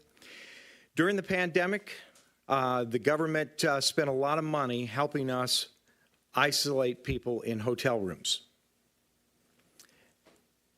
There's a funding opportunity that came as a result of that pandemic. They wanted to prepare us for the next pandemic, which they say we'll have in the next 10 years. Frightening to think of. At that time, we won't have the kind of funding that we have available now. They want us to be able to isolate people without sending them outside the shelter. They want us to have an individual room. This is called non-congregate shelter. So individual room, individual bathroom, individual HVAC system, so that there will not be a spread of the virus, whatever that next one will be. Along with that is going to give you a quieter, more dignified experience. And this is what I will call the accidental home run by our national government. That wasn't on their radar, but it is going to help us with the more complex cases of people experiencing homelessness. If the people who normally would have left us stay and we resolve their homelessness, now, let's not say all 200 of those that I see year after year after year after year, but maybe 10 or 20 of them each year. We're going to start seeing those numbers go down. And I think this is an opportunity for us to make the biggest impact we've ever made on homeless services. We not only work with the guests, but we also try to bring service providers into the shelter to give people a positive experience, to work through the system faster. Part of this shelter will be office space and more dignified space. Now, we do refer to a medical space, but it's really not a clinic. It's where medical volunteers come and serve. We have a variety of people. Street Medicine Oakland. They are excited about the fact that they will have storage space in this building, and as a result, they will have 24/7 access to their materials so that they can go out and work with people at any time. And that's going to help us address the homeless situation throughout the county, not just in Pontiac. There's a lot of different services that are going to be added that are going to help us to shelter divert so that people don't have to be in the shelter. We will work with faith communities more effectively to allow them to work with people who experience crisis where they are in the county, not having to come to Pontiac. But this is going to give us not just the 60 room spaces that we have there, we also have a recuperative shelter, so not just the 75 spaces, but all the way up to 100, and we think that we can eliminate the line that we've sometimes seen. We won't have to have people wait until 4 o'clock to check in. They'll be able to check in immediately in real time. And I think that that's going to help us to look better. It's also going to give people a more dignified experience, less traumatic. And I think that it's going to, really be something that's going to be a state-of-the-art kind of a facility. National Healthcare for the Homeless already thinks that we are a cutting-edge kind of shelter. Our goals and our plans, and we're planning to step that up and make it even stronger. So we're excited about this opportunity. I hope you'll support it. Okay, I think I'll just step in right now and touch base on the 5 points of the review staff and also address the additional one with regard to shielding the courtyard area from the remainder of from the neighborhood. And the other thing I want to address real quick too is I think there's a big concern about, and it was noted that at the existing facility that maybe there are people congregating out on the main street. In this case, one of the main drivers behind the design of this plan lab, and Andrew can speak to it in more detail, is that we want to take the incoming guests. There's 2 types. There's incoming and there's, what would you call it? Returning? The existing guests and the new guests. So there's new guests and existing guests. Existing guests can stay for longer durations of time as long as they, come back in the time specified by the facility. But the new guests, those are the ones that congregate essentially at the front of the building. So in this case, their entry, a point of entry to the building is not the front along Baldwin, is what we're considering the front of the building. But in the back side of the building, we do have a major entrance for them to basically process them to staying into the facility. And part and part, the courtyard is there, for that area for them to gather. And we do provide screening along the west side of the property to help shield, that from the residents. And quite frankly, with commentary, we'll work with the, work with the planning department if we need to add additional landscaping in. I mean, we can do that. That's not an issue. But number one, with regard to the front setbacks, I want to talk a little bit about how that occurred and why it is the way it's being shown. The north and south side of the project itself, that being the 2 legs, essentially along Tacoma and Rundell, those are parallel to one another. They're also parallel to the streets. Baldwin's slightly off angle to those. The building itself, to be efficient, is 90 degrees to both legs. So it's not an exact, the setback is varying. That's what happens. It's just a natural occurrence of the geometry. So it would vary from whatever this smallest number is to the greatest number. One of the drivers that we had to offset it perhaps a little bit further back off the street itself is that on the first level, there are guest rooms. We were trying to give them as much privacy as we can by creating a little bit more green space so people aren't hanging out against the building facade for whatever reason or walking by, just out of natural everyday occurrence for people walking the street. To give them a little bit more privacy, the further back we are, the better off.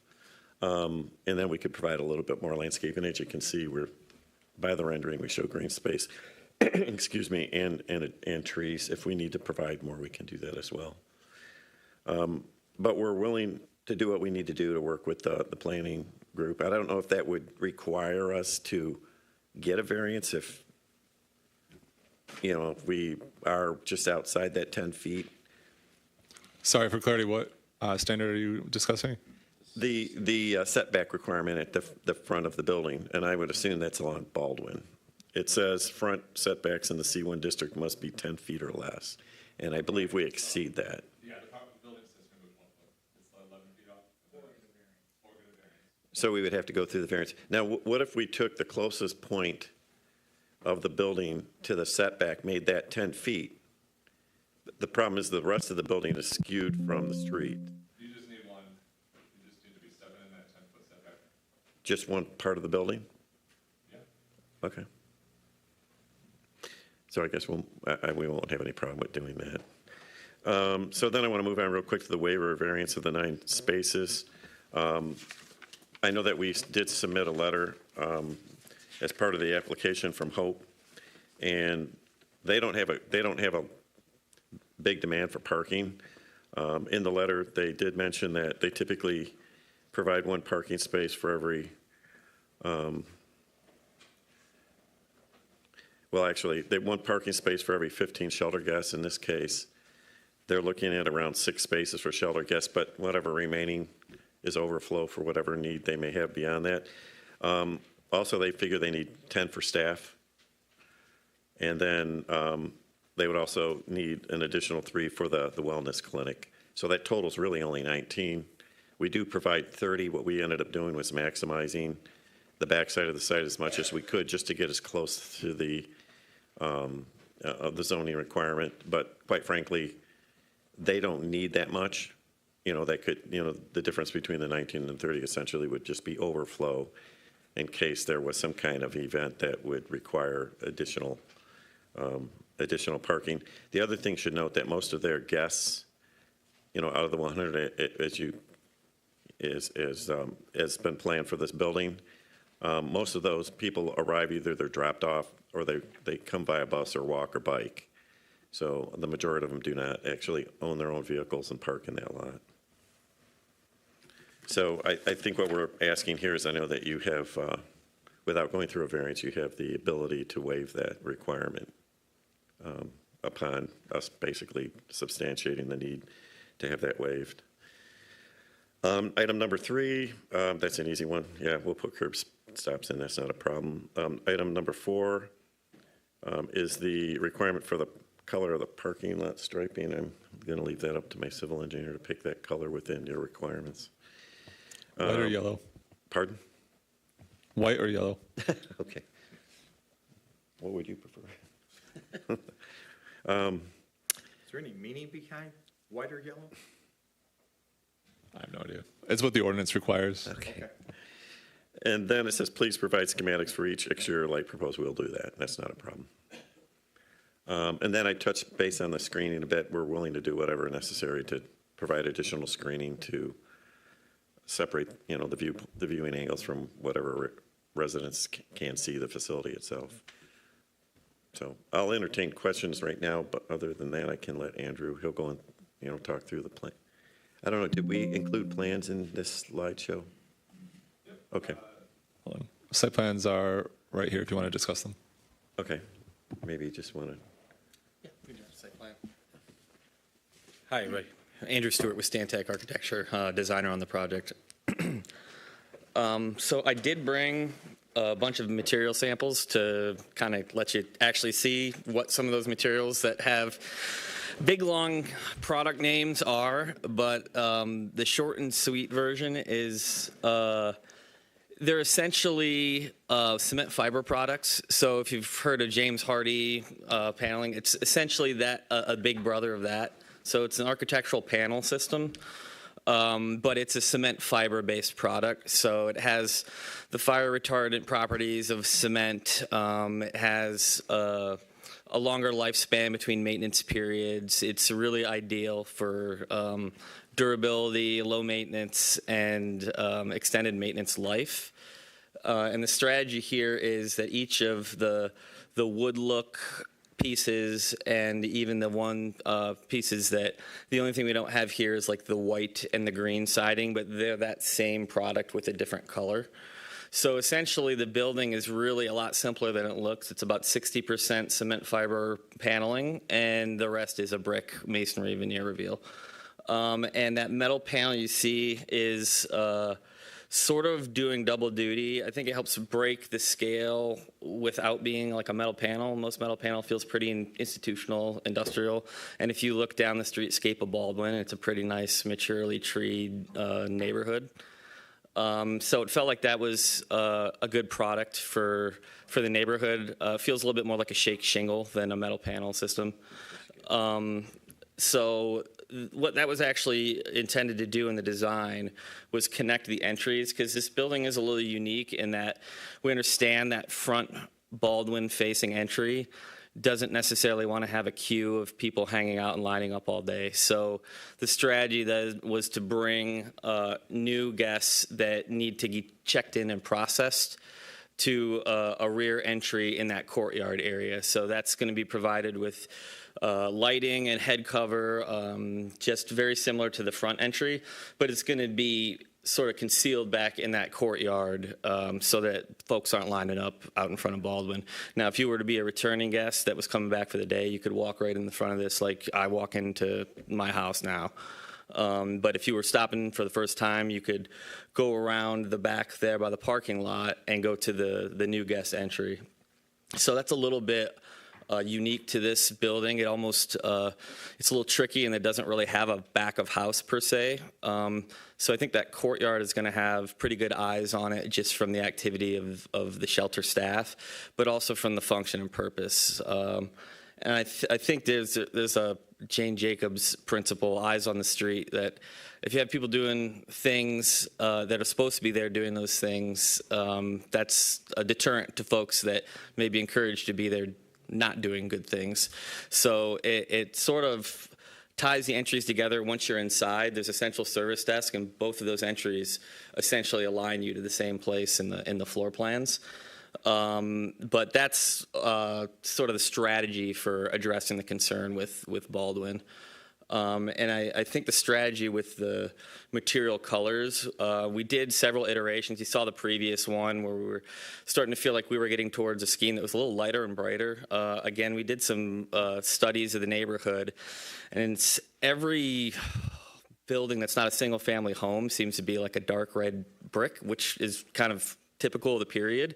So it's felt like a nice change of pace, and I think you do the same diligence to the dignity of the folks that are going to live here that I would do for a multifamily apartment in Royal Oak or anywhere else, and start with a dignified home rather than just lean into a simple, super efficient box, which this could very easily become if you let it become that. So there's some nuance to some of the bump outs where it feels a little bit to me kind of like the shutters on your house. Like, you know, the ones on my house don't close and open anymore like they did in 1920. But like it still feels weird if you take them off my house. And I think the sort of window bay surrounds, they break down that scale, because as soon as you start peeling that stuff back, it feels exactly like what it is, a giant 3-story thing in a neighborhood. So I think that is a sensitivity we had towards the neighbors, because part of the advocacy of my role as an associate in the American Institute of Architects is to you all and your community where a thing that we're designing is going to be. So I think some of the revisions you see with where we're at now, we're all a product of, it takes, like the haste makes waste. Deadlines are very real, but sometimes like you got to just turn the screw a little more because you're not quite there. This feels a lot better for us, and I think it's something I would be proud to put in the ground anywhere for any reason, but particularly in service to Brian and what Hope does, and to help take a blank piece of land and put something meaningful there that's doing a service to you all. So did we send the floor plans? Do you have the floor plans, Corey? Because I could speak a little more in depth to that. We do have the floor plans. Yeah, I could speak a little more in depth if you want, or if you just want to like get high level information, that's fine too. But the breakdown is essentially levels 2 and 3 are all units, and level 1 is an administrative suite for Hope's management team to have offices. And there is in that courtyard piece that bumps out, you'll sort of see in between the two wings, there's a kitchen that will be able to produce. It's a full kitchen. Yeah, it's going to be able to operate just like any full kitchen. So that's essentially the diagram of the building. And there is on level 1 and 2, you can see the tall windows there. There's a big multi-purpose space off of the kitchen.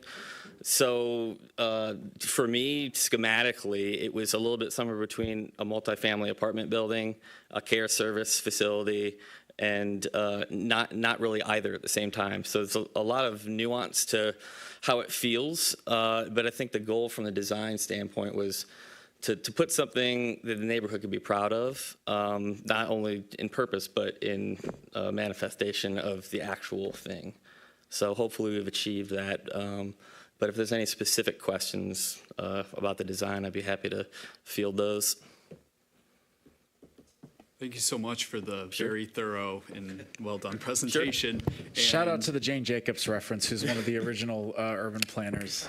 Yep. And huge kudos to bringing in actual samples of the materials. Yep. That's the first time I've seen that, and it's very helpful. Pictures, screens, they all look different. That looks different on every screen I've seen it on, and just you can feel the tactile nature of things, and it's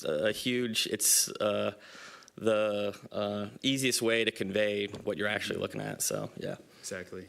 Well, I'll just start down the line. Commissioner Duval, do you have any questions, comments? Comments, questions. How long does a typical guest stay? Statistically, about 50 days. Okay.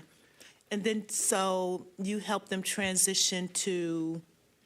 As independent a life as they're capable of. So we do sometimes refer people into group homes or what have you. We utilize Section 8 housing whenever possible, or whenever it's necessary and possible. A lot of people are able to what we call self-resolve. They're able to pay their own rent and whatnot. Sometimes they've got a job and it just needs some time to save up, and we help them work through whatever issues they have. So yeah. Okay.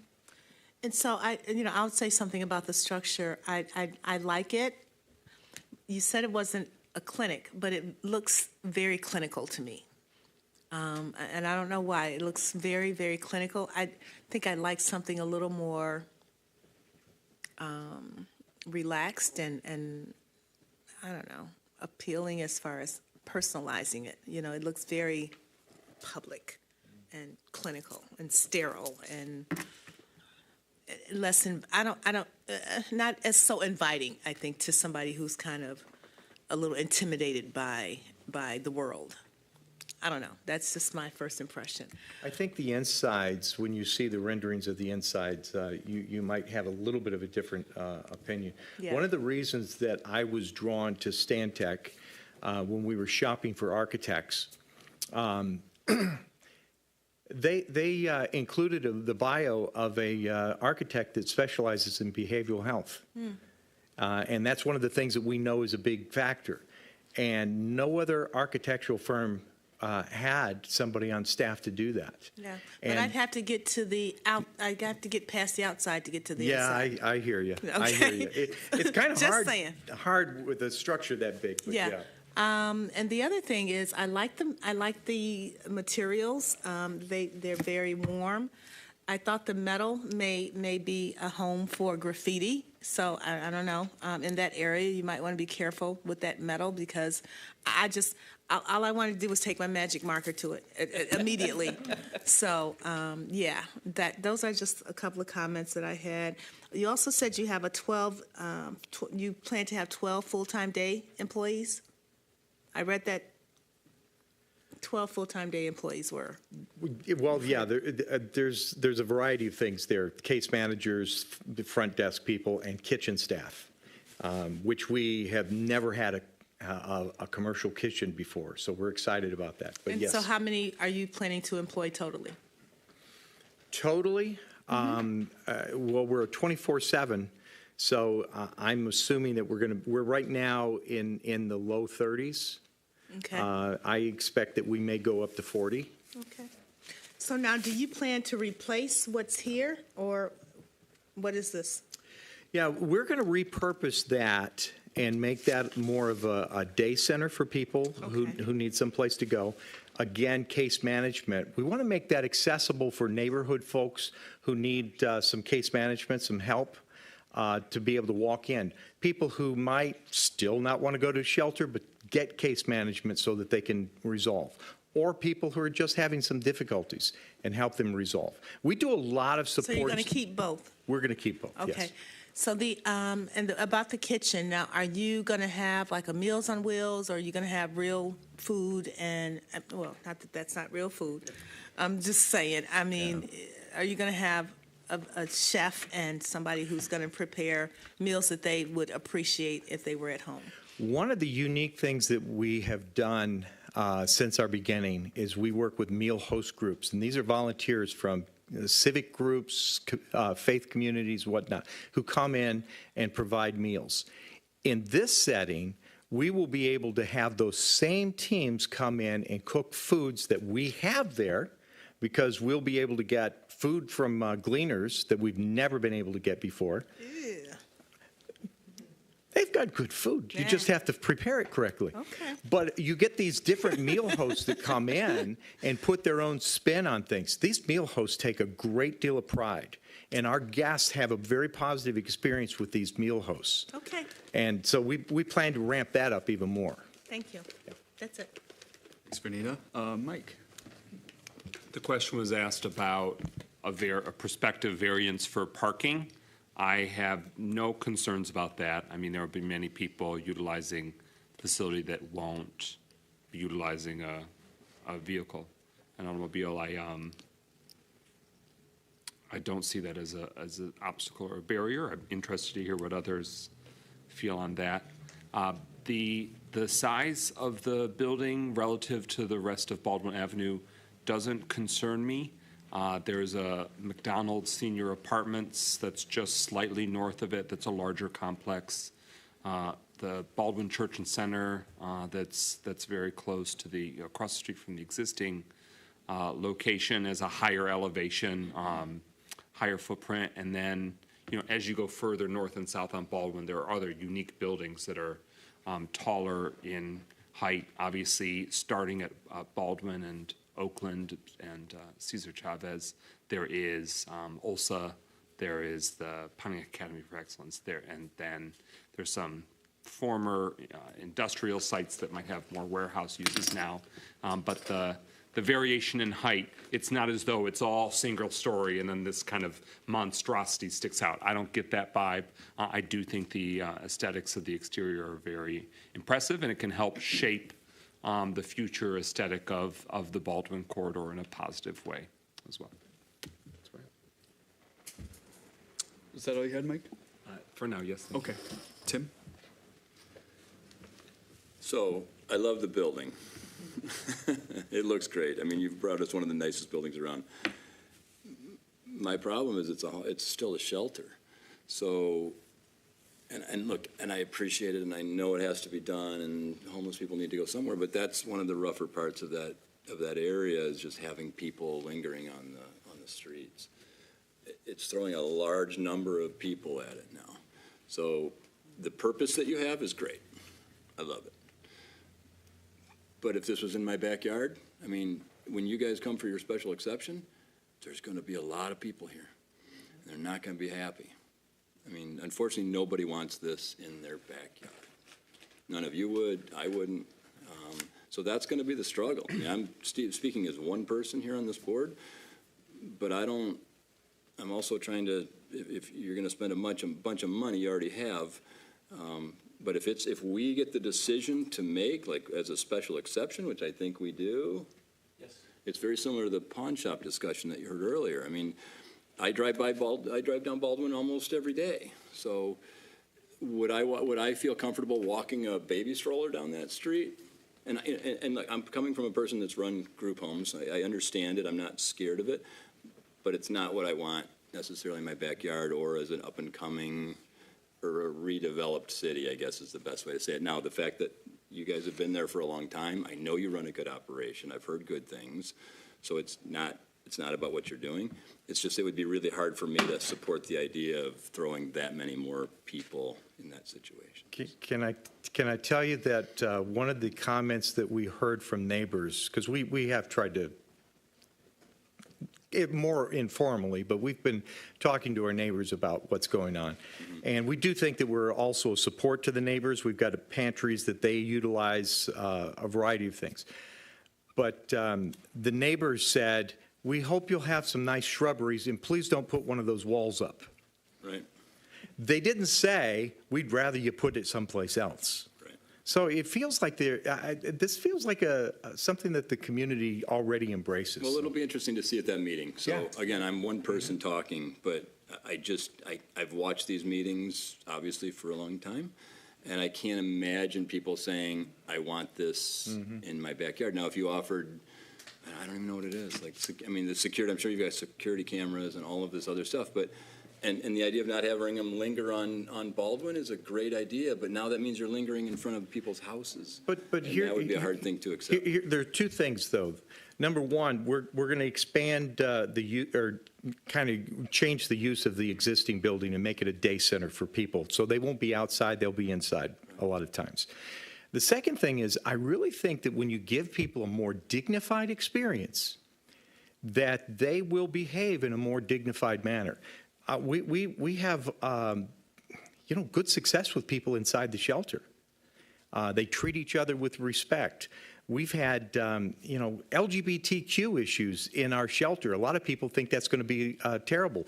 We don't really have issues in there, and we're very accepting and protecting of people. So I think that if we can elevate the dignified experience, I think you'll find that people will rise to those opportunities. And I agree with you. You treat people with dignity, and they're more likely to succeed. You're 100% right. I think it's a hard thing for me to stretch to that point. That's all. So you're just getting my opinion. I also want to point out this. One of the things that we wanted was a building that is going to look good and be good with low maintenance for a long time. I love the building. That's why it's really hard for me to have these comments. So I'm hoping that the neighbors will not have a negative impact. You brought us a nice building. It would just be like, like I ran houses with parole, people getting on parole, and the worst scenario is if there's neighbors, right? Like, because if a crime happens, I mean, what you're doing is a service that's needed. It's just, you're going to hear the comments, not in my neighborhood. So that's all I have to say. But thank you for bringing us something that's great either way. I will say one thing I noticed immediately that told me we were working with good people was when I first saw the site, they have a rooftop mechanical unit on the ground, like 20 feet off the street. And that would be in the back of some vehicle gone somewhere if people didn't respect what they're doing. And that was like a flag to me, like, that is impressive. But, everything you're saying is totally valid, but that to me was a shock because I've walked tons of buildings for site visits, and like the second that the lights go off, something that's not bolting down like that is gone. So that at least gives me, because, I think what you're saying is totally fair. You're going to have an uphill conversation with a lot of neighbors for sure. But that tells me there is some understanding for what they do to, kind of let them do. And I guess we're just hopeful that permeates. And, like you say, that's not a lot of people's temperature on it. But, some battles you got to fight, I guess. So we'll step in the ring and see how we do. Yeah. All right. Thanks, Tim. Sue, what do you have? May I, before we move on, my name's Kerry Jackson. I'm a member of the Hope Shelters Board. 40 years in real estate. I run a commercial real estate brokerage now. I really want to thank you for your pointing out the issue of, you're always going to have at planning meetings, no matter where you are in the country, somebody who's going to say, not in my backyard. But we've spent quite a lot of time talking about how you accomplish the purpose of what Hope does with making sure that it fits somehow in their neighborhood so that all of the neighbors won't have those issues. We tried to address it. And unfortunately, in the presentation that's in front of you right now, you don't have the one elevation that I think would answer most of your questions so that we'd have more of an opportunity to explain. At the back of the property, there is, we've taken from where the courtyard is, there's been a lot of talk and a lot of thought put into why the back of the property was developed the way and designed the way it is now. And the whole point of being here tonight is because before we spend any money actually making that happen, we want to make sure that it fits within what the neighbors want and what each of you on the plan and all of the leaders in the city would want to see at that location. And I think that maybe we're going to have to try and work out somehow getting you a copy of it, at least make sure that we have it for that meeting, because if in fact that's the issue that we've got to address, I want to make sure that we're able to address it significantly so that everyone will know that we're trying our best to eliminate any of those. You're never going to get rid of all of them. Look, I think what you've shown us is great. Like, okay. I understand what you're trying to do, and it makes sense. It just wouldn't convince me, no matter how nice you make that. It is what it is. Okay. And look, and I'm not arguing the point, but Fair enough. You're about to spend a lot of money. Right. And you've already spent some money on this. So I'm only giving you you'll see when you see at the meeting, you'll see what you see. I mean, it could be totally wrong, but. You're not totally wrong. I've been going to these meetings for years. I know. I mean, I've sat through enough meetings, so have you. Right. So you're gonna see it, and that's not what we're using. We don't base our decisions on necessarily all of that, but there's a logic to it. Like sometimes there's logic, sometimes there's not. Right. So that's my only reason that I'm giving the opinion, and I but there's no other, there's a need for it. Where do you put it? I don't know. Like, it used to be downtown. Most of my buildings are downtown. We didn't want that downtown. So, but where do you put it? Can I ask this question? It's clearly an improvement over what we have now. Absolutely. It's already there. Would that I'm assuming your help numbers people? are going up significantly, though, of who you take in. I like to think it's more COVID related and that it will die down, but yeah. I'm just wondering, the fact that it's an improvement over what we have now, I'm hoping that will help people to welcome the improvement, because we're already there. Maybe, yeah. I mean, in my head, I'm seeing a big building, so you're going from 60, I'm guessing. I don't really know, but I didn't count the rooms. But you're going from 60, say, to 100 people. That's essentially it. Yeah. So that's the logic of it. So unfortunately, you're bringing more people to the streets. So that would be my only concern. Now, yes, 10 times 100 times the improvement of what you've got right now. So Brian, maybe it might be a good idea to explain the bed situation. The other shelter, is it going to be utilized for beds as well, or are the beds moving to this one and that's being utilized for something totally? No, the beds will be moved to the new shelter. So the point being is that the shelter's not going away. It's just being improved. That's the difference. So I guess, the discussion to the public would be, you can keep the old one the way it looks, or you could have a newer one that's much improved. The people are going to be utilizing the new one, not the old one. Yeah. If I may, real quick, it was referenced that there was a rendering needed. Just make sure that you include that with your submission by October 11th, so I can include it in the presentation next month. We will do that. Thank you. Okay. Sue. I have to commend you on your, the information that I have in front of me now, this one.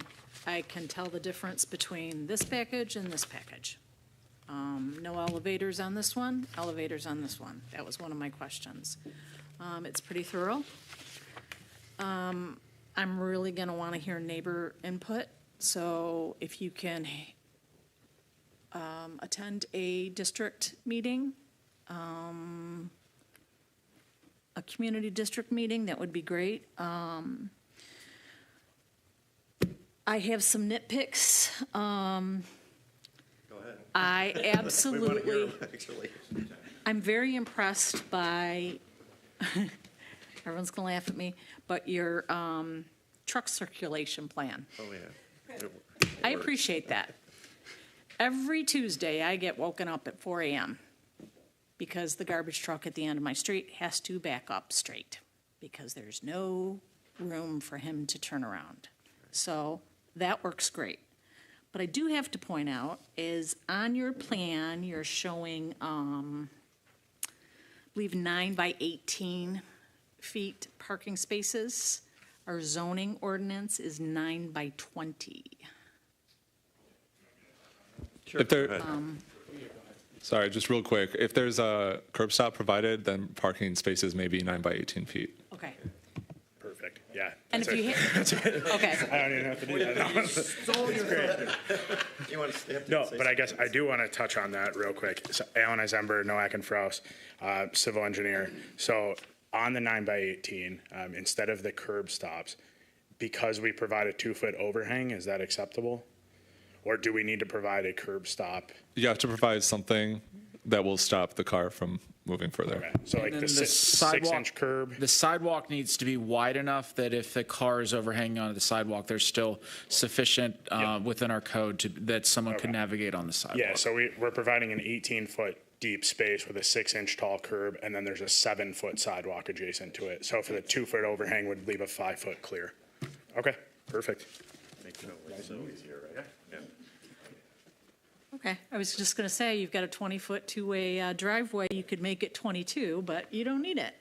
And as far as a parking variance, I mean, based on the facility, I mean, it's obvious that most people aren't going to need a vehicle. And as far as the change in elevation, I think is substantial, and it's just worlds apart from the other one that you had. I did not care for the other one, no offense. This one I love.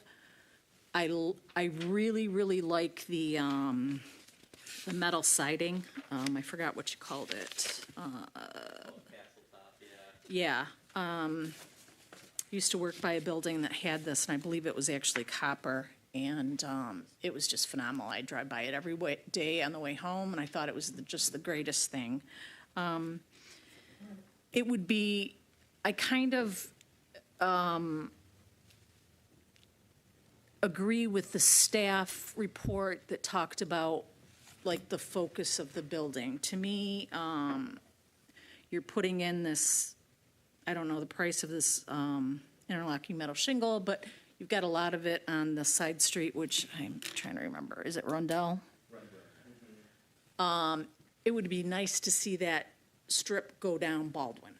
Maybe to offset the cost, maybe it doesn't go all the way down on Rundell, because you don't need as much on this side on Rundell as you would need on Baldwin, because you only have that little strip in there, because you've got these windows in the front. The colors that you showed, are those the colors that you're planning to use? These colors? In the samples? Yes, yeah. So that bigger sample, this material here. Right. The smaller one is this here. We don't have these guys, but they are just different colors of the bigger piece that matches this. So it's really. Is this the small one? Yeah. You don't see that one. Yeah, that's the one that looks like wood. Oh, we didn't get that one. But Is that the one that's in the horizontal application on the corners? it has more wood to it. Here.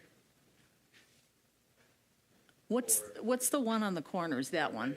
Yeah. That's the little guy that you just brought up there, yeah. Okay, I didn't I see. mean, materially, it's all identical. That's just a different finish. And I tried to get another big one, but that's all they sent me. I like it. I just think that, I just see, I know this sounds weird, but snowbanks in the winter that are white and dingy and dirty, and then we have this beautiful new kind of off-white building, and I would like to see it warmer, like the reference that you showed, like here, this color on the corners I would think warm it up quite a bit. But other than that, I mean, the materials that you've come forward with, I have to say, for the apartment complexes that we've seen so far, these are very nice. Definitely appreciate it. Those are my only comments. Thank you. Sure. Thank you. Thanks, Sue. Chris, do you have any comments or questions? I do. A couple of questions. Got a clean sheet of paper. Why build on Baldwin?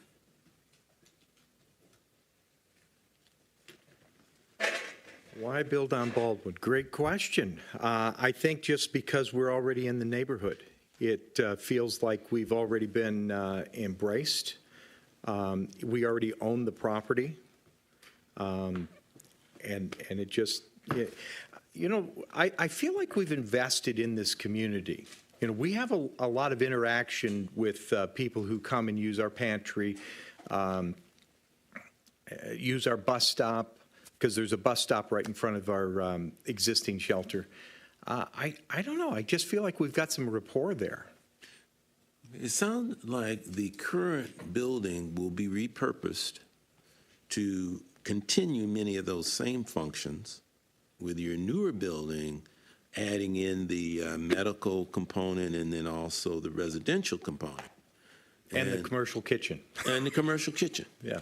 And just thinking, we are trying to improve that whole Baldwin corridor, improve by, let's say it this way. We're trying to attract businesses, we're trying to attract new residents along that whole corridor. And it just looks like this is not the right thing to be, that works counter to that. I mean, I think it's, I just have that issue that, the shelter was needed, crying need, and the current shelter, I think, grew out of just that existing need. But now we have this chance to go to another level, where we're not looking at the constraint of just the immediate need, but we can look toward the future and future care, and we can look at maybe situating for better transit, both within Pontiac and then in and out of Pontiac. I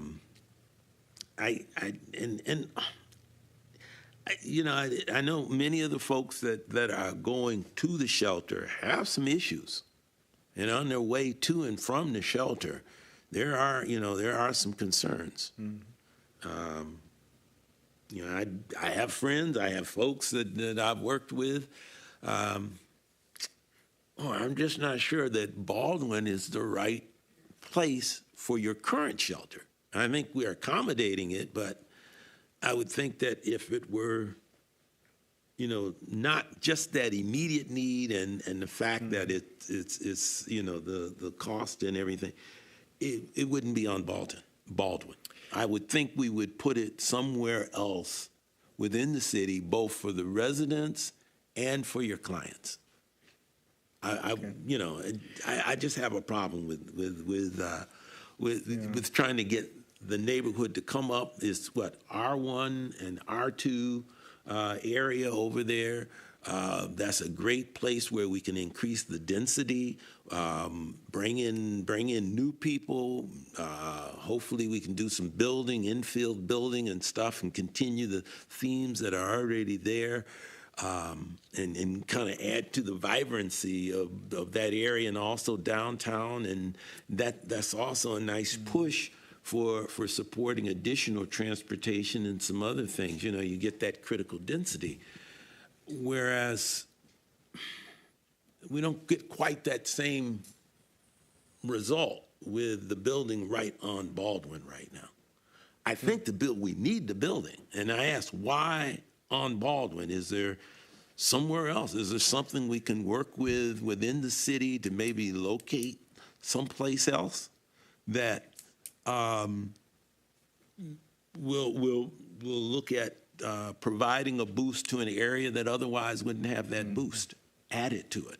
And this is one of the things we had come up in the last master planning session that we had over at Pontiac High, where we were using the clickers and everything for the people in the audience to be able to register their preferences. And I think we got into some different types of multi-family housing, and we were talking about, where do you situate this? Where do you want it? Do you want it in residential areas? 3- and 4th story places? And correct me if I'm wrong, but there's some indication that maybe that's not the way we want to go in the future all the time. Of course, that is along Baldwin, and there already are some commercial activities there. But yeah, that was my question. Why on Baldwin, and is there a chance to work maybe with our city and some other folks to find another location? Well, let me say a couple of things to that. One being, we also have collaborative partners that are in that immediate area. J Shop. A lot of our guests will get jobs at J Shop. We do a lot of collaborative efforts with the Baldwin Center across the street. So that's one reason why we kind of like staying in that area. But I will also tell you that we have a funding opportunity that has a very tight timeline right now. Okay. Okay? And I need to, in all honesty, finalize this stuff by the end of November. Or I may lose this opportunity altogether. And I hate to say those words because that sounds too much like you're being held hostage to a plan. That's not my intent, but we don't really have time to go look someplace else. It seemed like a natural thing because, like I say, I feel like we have a rapport in this community. Our neighbors seem to like, I mean, we've got a neighbor that mows grass for us.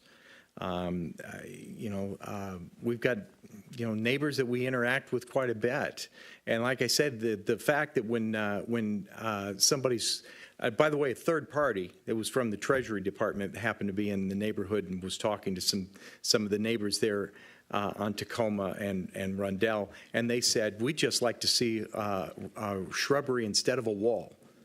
I thought that was a pretty substantial comment, considering that we just told you there's going to be a big shelter, and you're worried about shrubberies, not get it out of my yard.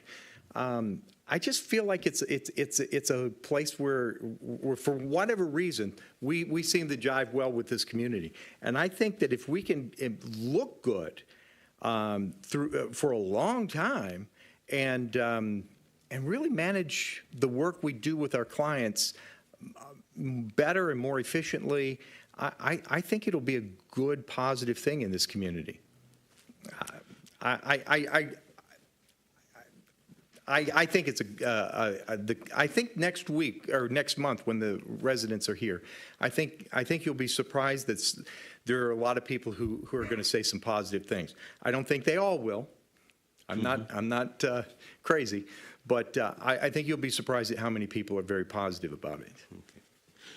And the next question is, will the building be air conditioned? Absolutely. Okay. I can tell you one thing, there's a reason why the short bus is the only bus that's got air conditioning. I don't know if you all knew that, but some people got on the short bus just because they knew that. You want to keep people's comfortable so that they're not triggered by a lot of things that aggravate them. When you're dealing with people who are homeless, a lot of times there's a lot of things that trigger them. And the more aggravating they get, chemical changes in the brain start making your timeline get shorter and shorter. And when we talk about somebody having a short fuse, a lot of times that's what we're talking about. And when we put people in a more dignified space and give them positive experiences, that timeline, not as fast as it got short, but it does start lengthening. And I think it's... Yeah. Well, those are my two questions that I had, and I think my colleagues have really asked the questions about the physical plant, the design, and I agree with them. It's a great design, but I was just sitting here saying, is this the best location for everyone? Could it be better? And has that question even been asked? Or is it, this is what we can grab right now, let's get it, go with it. And then maybe 15 years down the road, we're saying, we've got some issues. So, good. But I mean, I have to agree with them. The design is good, but I still have reservations about the location. And I also in the back of my mind, I'm looking for ways of improving transportation through the whole city, so that we're not always held hostage by just being right there, that we can start to think about mobility and things beyond just cars, moving people, but what densities does it take to move the folks, and then what, and then also we look at land mass, certain areas in terms of, I hate to say it, the revenues that we can generate, and what it does in terms of kind of a synergistic effect on economic development as well. So those are all questions that I have in the back of my mind that led to the question that I asked, why on Baldwin? Thank you. Thank you. Okay. Chair, if I could just, to Commissioner Northcross' point, I just wanted to state this facility is a special exception in an R2 district, R3 district, so 2 residential districts, and it's special exception in the C0, C1, and C3. And this property is zoned C1. Obviously, the application is for this property. It is permitted by right in the M1 and M2.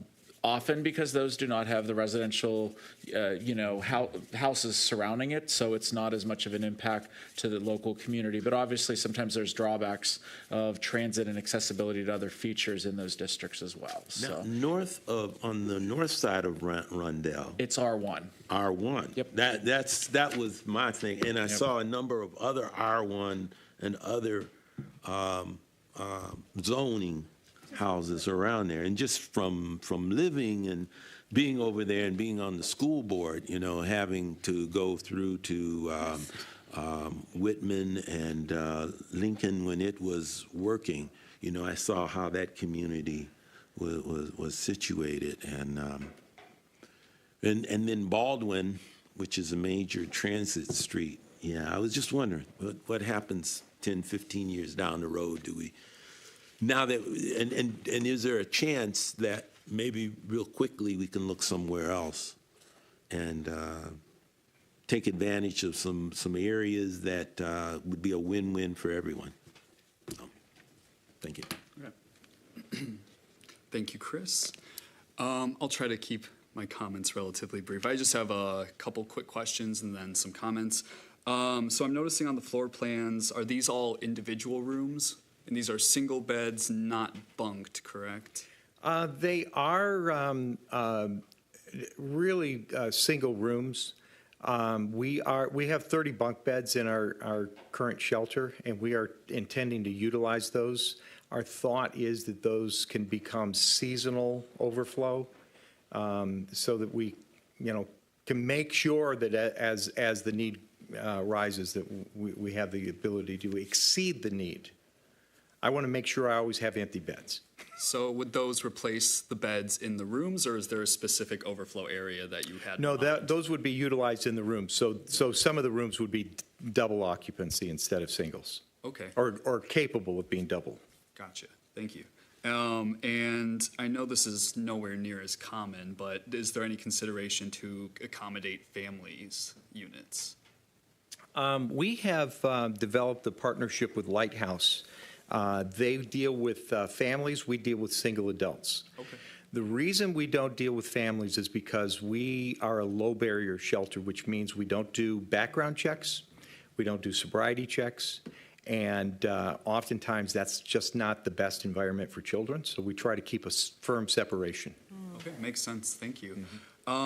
So I guess I'll hit the low-hanging fruit first, and that's that I don't have any reservations against reducing the parking limit. So just want to get that out there.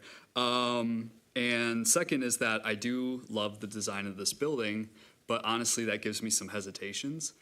Since we recently had a project, it was a multifamily residential project, and through the informational session, rezoning, site plan approval, we saw the same building, and it looked fantastic. Months after this was approved, they had to come back to us because they couldn't afford the building they promised. And while it wasn't an ugly building, the second iteration was nowhere near as good as the one that we had been seeing for months before that. So I guess all that to say as a cautionary tale as we move forward is don't overpromise and then underdeliver. Just keep that in mind as you're bringing us these renderings and of what this building is going to look like, because that's something that we're going to be basing our decision off of.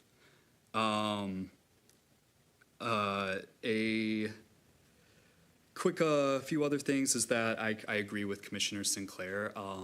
I think that the building could be warmed up a little bit in terms of color palette. Not saying you have to go with the super dark red brick that every other house in the block has, but you know, there's a middle ground there. So I encourage you to find that. Another thing would be the screening to the west with the single family residential. Someone said, one person at least said no wall. I would put money on the fact that that's not an overarching sentiment among other residents. And looking at your landscaping plan, it looks like, you know, there's lots of trees, lots of shrubbery for screening. But even with that said, I would still encourage you to go above and beyond what's shown in terms of screening, especially since a main concern is how this specific use is going to impact nearby residences. Another recommendation I would have based on that same line of thought is that in another project that came through here is that the front of the building looked like the rear of the building, and we were trying to keep people from going on a street that they shouldn't when the entrance was really somewhere else. And just kind of similar to that, I would recommend looking into some sort of signage to direct patrons away from the front of the building to the rear end, like the entrance on the rear, where that's where they're really supposed to go. But yeah, that's all I have. So thank you. Yeah, I just had a couple of just observations, and it hit me when Sue said the color schematic. Maybe that's what made me think it was so clinical looking, because I think darker colors would really help give it that warmer feel. The other thing is, I don't mind it being there and on Baldwin right there, because I'd rather have that than a pawn shop, first of all. And secondly, I think that certain people need something to uplift them. And maybe this is it. I've seen, you know, people take pride. If you just leave it run down, it's going to stay run down, and they're going to run it down even worse. But I think people, when they see things like this that are building and growing, they want to build and grow with it. And so I don't think of a better place to have it than in an underserved area where they need some uplifting and maybe some simple services that will help them feel better about themselves. So, all right, that's it. Does anyone else have any final comments?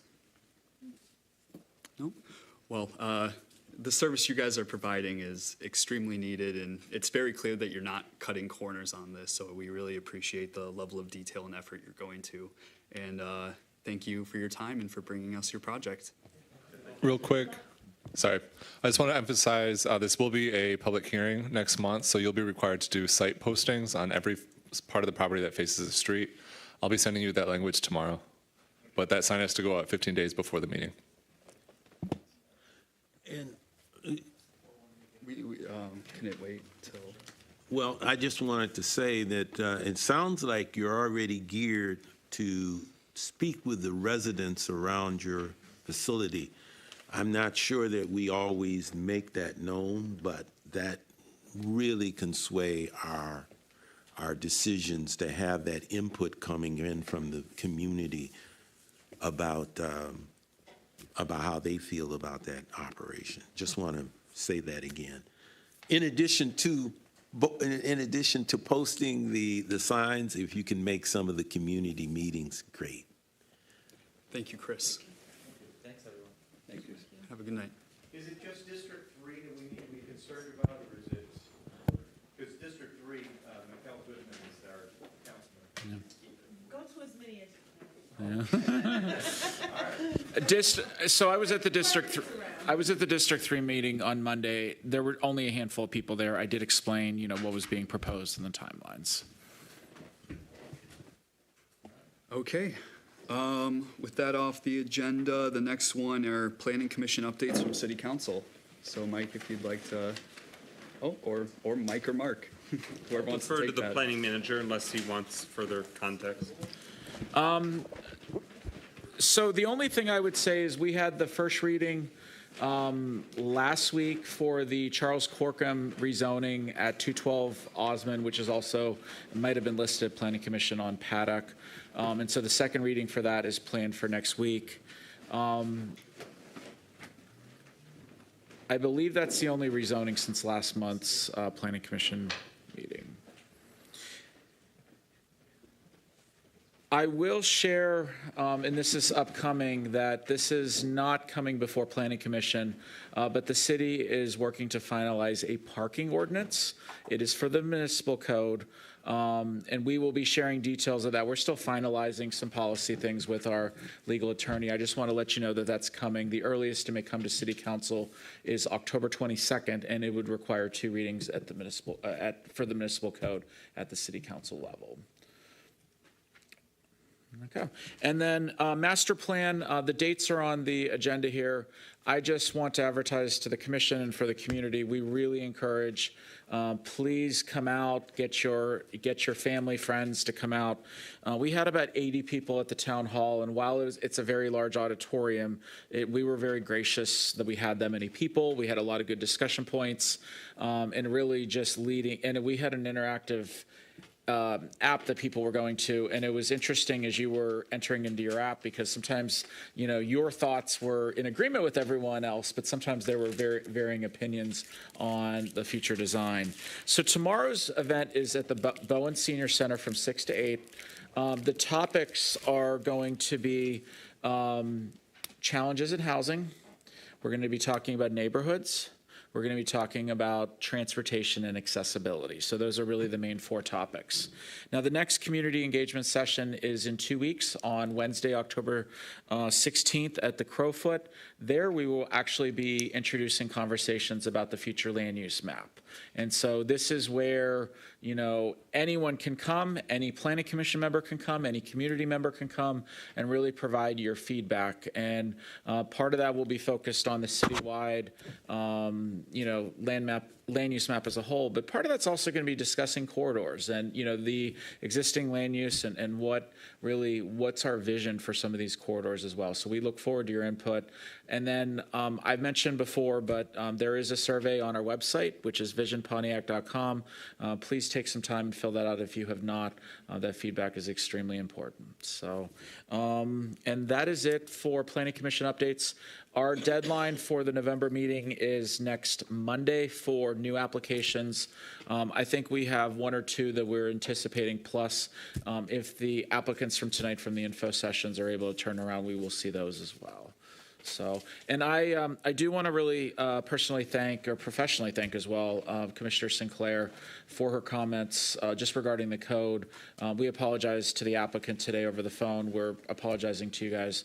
We try to flush this out. Unfortunately, with the zoning code, there are some caveats that are, it does say, you know, a one distance in one chart, and just the way it's written, it's listed somewhere else. I think it's an educational opportunity for us that we hope to ensure that we do good habits when we're reviewing this. And it's just something that was overlooked. But I do want to thank you for calling that out. That's why we have this process, and we're willing to adjust as much as we can with you. And we thank you, Planning Commission, for being agile. Last thing I want to say is thank you for the discussion tonight. I thought there was a lot of healthy conversation. I know it was long, but a lot of healthy conversation with the Hope Shelters on their application. So thank you. Yes, Chris. Master planning process. Master planning process.